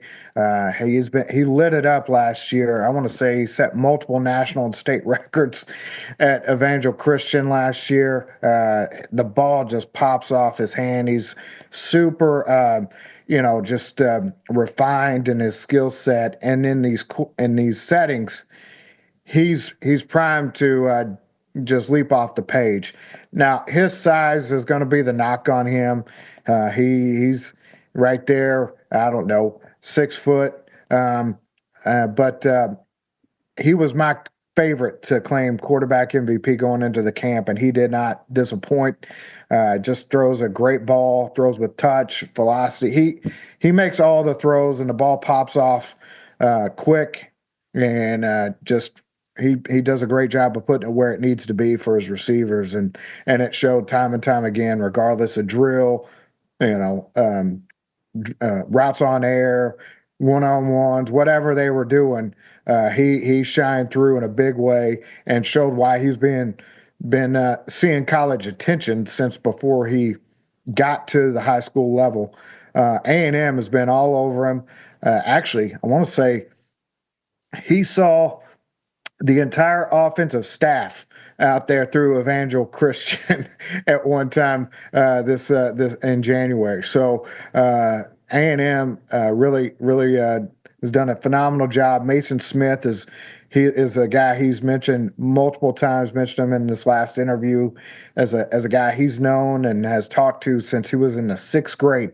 So multiple staffs, and now Colin Klein, he's really getting to know, loves what he's seeing. He threw with Helaman Kasuga at camp last year in front of Coach Klein. So and he's super close friends with Boobie Feaster. Boobie Feaster is originally from the Shreveport area, and those two families know each other really well. So there's a nice little connection with those guys, and I think A&M being a real player for Feaster and also having some strong connections makes him a real player for Peyton. He plans to be out in the spring.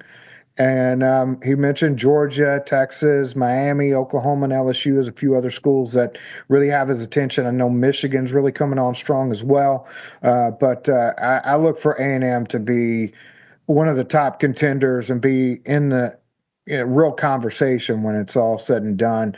And he's really starting to make some decisions. But that 27 quarterback group is really stout. I want to mention a few other guys and a few other notes from the 27 class that we've seen over the last week. Kavian Bryant was another prospect in attendance at the Under Armour camp. Heck of an athlete, and he brings just some tremendous physical tools. Led a powerful Westwood offense last fall, and is also a high major basketball prospect.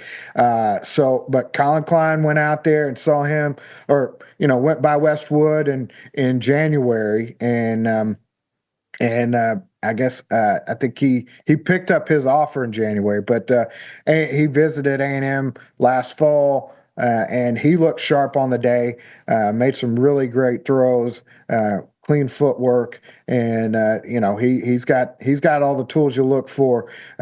Whether or not he's going to be able to play both basketball and football is a question. I know pretty much everybody that's recruiting him is giving him that option, but you have that decision to make as a prospect. If you sign with basketball, there is a penalty, kind of like Terrence Keel with baseball. There is a little bit of a penalty. If you want to play football, you need to sign with football. And then being a quarterback and having a split time has its own pitfalls. We've seen it in the past, but it's been a long time since Charlie Ward, Donovan McNabb, and Ronald Curry. I think Greg Paulus is one that comes to mind, but he signed with basketball and then transferred out and finished his college career as a quarterback. And then you have Trey Taylor in the 27 class, who was a recent visitor in January, picked up his A&M offer in January. I know Coach Klein's been on him pretty hard, but they made their first trip to Aggie Land at the end of January, and he just dropped his top 5. Texas A&M makes the cut along with Nebraska, Michigan, Illinois, and LSU, and he's already got a commitment date of June 6th. So look for him to visit again in the spring, and we'll see what happens from there. But A&M made a real strong, impression first go around, and get him on campus again before he makes his ultimate decision. And we'll see what happens. But all 3 of those guys are going to be names to watch in that 27 quarterback recruitment. Jason, before I let you go, I don't think we've touched on defensive line very much. So how are the recruiting efforts looking there? Shoot, man. You pick up Jermaine Kinsler last week. You've got Trayshawn Ruffin, who is a solid, interior stout presence, brings a real physical nature inside, and brings some athleticism to the table there. And you got Breezy Carter out of Georgia, who is just a twitchy edge presence and gives you've got guys that in all the areas that you're looking for. And now it's about securing more of those top talents. I could see A&M recruiting several. I mean, that class, I could see the D-line group being one of the real strengths.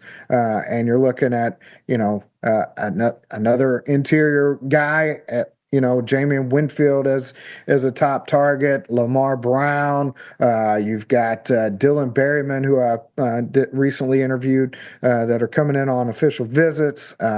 You've got KJ Ford at defensive end, Jamarian Carlton in-state at defensive end, that are guys to watch as true, defensive end types. Anthony or Take Jones out of Mobile, Alabama, is a guy to watch as an edge guy, where you also have Samu Moala already committed. So, they're off to a fast start on the defensive line. Getting Kinsler in the fold brings another big target. Another guy that just we talked about last night, Jaraylen McCoy out of Tupelo, Mississippi.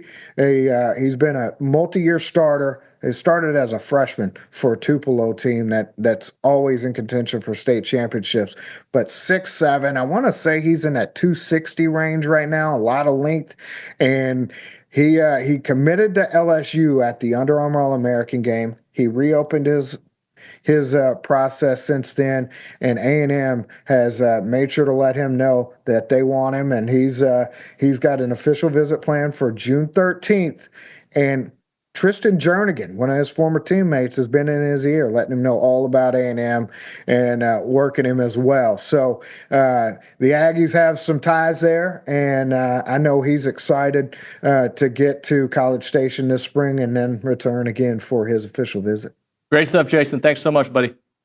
Anytime. Always appreciate you. Yeah, man. Jason Howell, American Momentum Bank, bringing you Recruiting Country. We'll hit a break. We'll come back. Kendall Rogers, D1Baseball, talk some Aggie baseball and beyond. So, sometimes people do a live spot and they're like, I wonder if they really use them as a client. A moment ago, we had an employee here asking me hey, is Rollo Insurance for reals? I think the conversation was a little bit different, but I was like, yeah, I use them. They're great. They're fantastic. If you need a quote, if you need a change of pace, you need somebody that's super local, you go Rollo Insurance.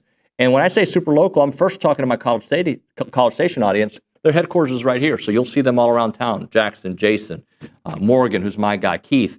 You'll see them all around town. They're great, right? So I think that is better than calling a call center. Hello, they don't understand what you say half the time. Press 1 to talk to your agent.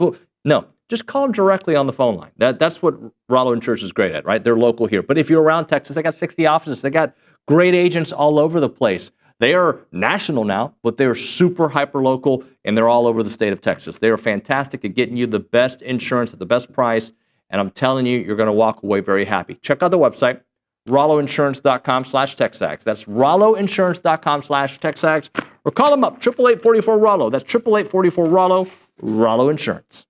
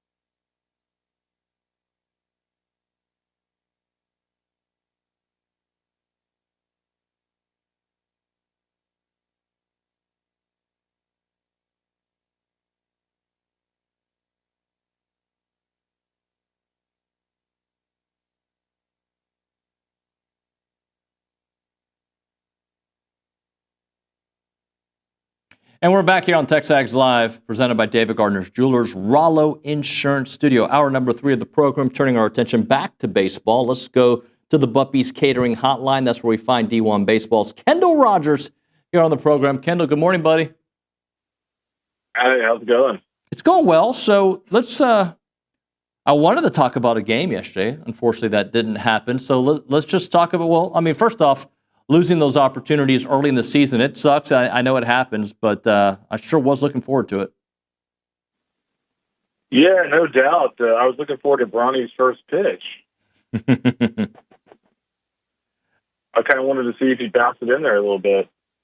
I felt like it was a real first pitch thing, right? It wasn't just Coach Early being funny. Like I felt like it was a legit thing. No, I don't think it was. I think he actually was going to do it. I didn't confirm this. You know, this is very big breaking news. I didn't confirm it, but I mean, it doesn't sound like he said it jokingly. Yeah.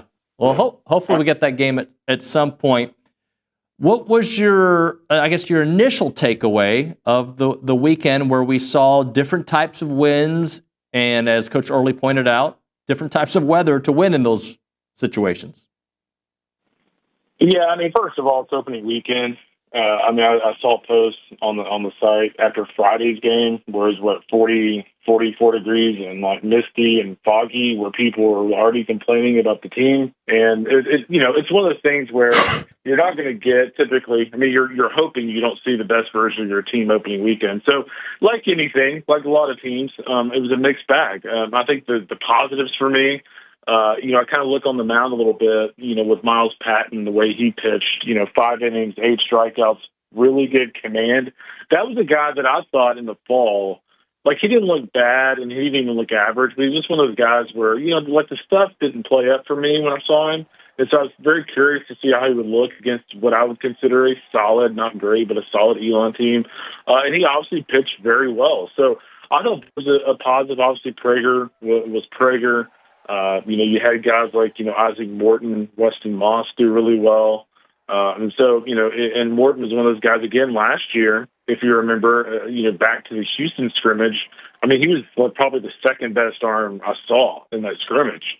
He was up to, 96, 97 with like an electric slider. So, him, after struggling last year, him throwing well, I thought was a positive. And of course, the offense as the weekend progressed got better and better. So overall, against the team who will be in the mix for, the CAA title, pretty good weekend. Talking to Kendall Rogers here. Kendall, so from D1 Baseball, when fan bases overreact to a good weekend or underreact or whatever you want to call it, we think of it from an A&M perspective. But what other national programs out there had a really good weekend where some people were like, "Oh, I don't know what I saw from there. I don't like what I saw." Can you give us other examples of maybe highly ranked teams that had kind of similar vibes for their program? Yeah, I think if you looked at the weekend, Virginia, they lost one game and went 2-1. Texas went 2-1. People were flipping out after the opening game of the year. They got walked off in the, extra innings. So things like that happen. There are some instances where I think you can overreact a little bit. And I think you look at like Tennessee, for instance, they've scored 75 runs in their first 4 games, but they've also played Hofstra, who was picked at the very bottom of the CAA, and they played UNC Asheville on Tuesday. So I just think it's very important to tap the brakes on any sort of generalizations. Obviously the people were a little concerned about some of the bullpen pieces for A&M this past weekend. But again, when it comes to baseball, I am all about trends. And, are some of the guys that struggled over the weekend guys that in 2 weeks are still struggling? If they're struggling, at the Astros tournament, then I'm kind of like, okay, maybe some roles need to shift here. But I think Early said it on Sunday after the game, if I'm not mistaken. But they kind of gave guys longer leashes than they usually would. They kind of put some guys in roles that maybe against LSU in conference play they wouldn't be putting those guys in that role. So that's what you use early in the season for, to tinker around a little bit. How about TK2? Terrence Kiel, the second. Just what a nice weekend to get things started. No doubt. I always love seeing a Kiel do well as a Lufkinite. I always loved Terrence Kiel back in the day, playing football for the Panthers. Obviously did great for the Ags. So seeing this kid doing what he did is pretty impressive. The thing about him, that's fun is, at the end of the fall, Mike is telling me that, look, this guy's going to be really good, but I don't know where we're going to put him. Well, he's given them a situation where they're going to have to put him somewhere. He's got speed. He's got pop. He's versatile. We see the energy he plays with. Just a A+ confidence guy. So what's going to happen here is it could be a situation to where Mike has some really difficult decisions to make going into conference play, because we're all going to assume Cade and Sorrell get healthy, and Sorrell should be in the lineup. Well, Sorrell's going to be in the lineup, and all the other guys are going to be in the lineup. Where do you put TK? So that's a good problem to have. It's something that if you're Mike Early, you're probably glad you don't have to make that decision for another 3 or 4 weeks. But certainly a very, very loud opening weekend. And again, a guy that can make a lot of things happen for that A&M offense. Well, and then you got Jace doing Jace things. And I don't know, man. Is he the best player? We've heard former players say, is he the best player to play at A&M? Boy, that's you have to go best overall player. You could probably make an argument. Again, in terms of best single season, it's really hard to ignore what a Dalen Holt did that one year. What did he have? 35 home runs in 1 year? Yep. That's the best single season I've ever seen from a hitter. What he did that year was a joke. I think that was the 99 season, if I'm not mistaken. I'm getting old, man. I can't remember all those years. It was either 90. I think it was 99. But Dalen Holt was the best single season I've ever seen. But just in terms of the athleticism, just the natural talent, the power. I don't remember somebody that had that kind of impact. That he walks up to the plate and all of a sudden the stadium gets a little hush hush and everybody's just focused on him. Obviously an awesome weekend for opening weekend. I know you talked about Miles Patton, but just overall starting pitching seemed to be a plus. Yeah, you could look at Justin Lampkin and say that he didn't have a stellar outing. Still 9 strikeouts in 4 innings. You'll take that all day long. So I think the last thing I'm worried about is the rotation, especially if Miles Patton kind of finished that thing off the way he did over the weekend. They're in a really good spot, and again, I think the bullpen will be fine too. Josh Stewart is still kind of working his way back to being able to pitch. Obviously, I think he's a guy that's either going to be a premier setup guy like he was last year or end up being their closer. So I will not really have a final opinion on this bullpen until they've got, kind of a full chamber of arms. Talking here to Kendall Rogers on TexAgs Live. All right, so rotation felt good about, mixed reviews with the bullpen, but who did catch your eye? Yeah, for me, in terms of the overall team, we talked about TK and the job that he did. How about the weekend that a guy like Blake Benderup had? Finished the weekend with a 4.29 average. I'll be honest with you. Coming out of the fall, I kind of leaned Bergevin a little bit in terms of the starter over there, and Benderup just continued to produce in the fall, and so to see him come out, opening weekend. Hit a home run, couple RBIs, actually walked 3 times as opposed to 2 strikeouts. Swing and miss was kind of his bugaboo in the past. He checked a lot of boxes over the weekend. So, with a guy like him, if he has a great year, you look at that lineup and it's okay, where is, the weak spot? And, there might not be one. I'd say the other guy for me, Jacob Galloway, finished the weekend hitting, 500. With a home run and 4 RBIs, I don't think A&M took him, primarily because of his offense, and for him to go out and have that kind of weekend in his debut at A&M is also very promising, because again, that was expected to be one of the 2 spots in the lineup that could particularly be, not weak, but not Gavin Grahovic or Jace Lavalette, but the other guy for me that I'm kind of interested to see moving forward. And you actually might know more about this than I do, but, Grahovic over the weekend, it sounded like he had a little bit of discomfort, and, hopefully that's not a situation where he's going back to having the same issue you had during fall baseball. So that's the only thing I've kind of got my eye on going into the weekend. I was very curious to see if he was going to start yesterday against McNeese. Kendall Rogers, D1 Baseball. Thanks, buddy. Appreciate your time. Got it, guys. Be good. Thank you. See you, man. Kendall Rogers on the Buppy's Catering Hotline. We'll hit a break. We'll have a short segment on the other side. Right now, Caldwell Country Chevrolet, Highway 21 in Caldwell, online. CaldwellCountryChevrolet.com. Deals, experience, trucks, vehicles, pre-owned, new, you name it. You go to Caldwell Country Chevrolet, you're going to get yourself a great value and a great trade-in and just the whole experience is fantastic. When you're looking for a car, whatever situation you're in life, you got some 16-year-olds about to start driving, look at Caldwell Country Chevrolet. You have been driving your truck for a long time and it's time for a new one, go to Caldwell Country Chevrolet because they're going to give you good trade-in value, good customer service, and just the whole experience, you're going to feel great about it. They're going to give you complimentary pickup and delivery for service customers. They're going to give you great trade-in value, the whole thing, right? I'll repeat myself because the whole thing is great. It's about a 15-minute drive. We're talking about the edge of Bryan to the beginnings of Caldwell. A short conversation away, but you'll see the difference when you step on the lot and do business with the great people there at Caldwell Country Chevrolet. Highway 21 in Caldwell. Line, CaldwellCountryChevrolet.com.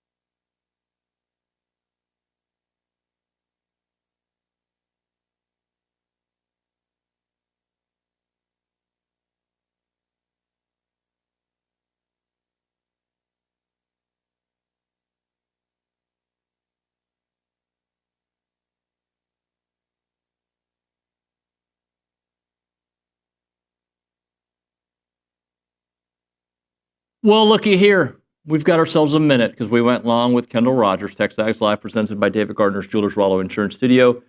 Kaylee, is there a text you want to leave us with? Or do you want to just leave the people saying, nah, wait for it for tomorrow? I do have one quick stat. All right, let's do it. There's 7 SEC teams that are undefeated in softball and 8 SEC teams in the top 10 on the ESPN poll. So the SEC is running softball.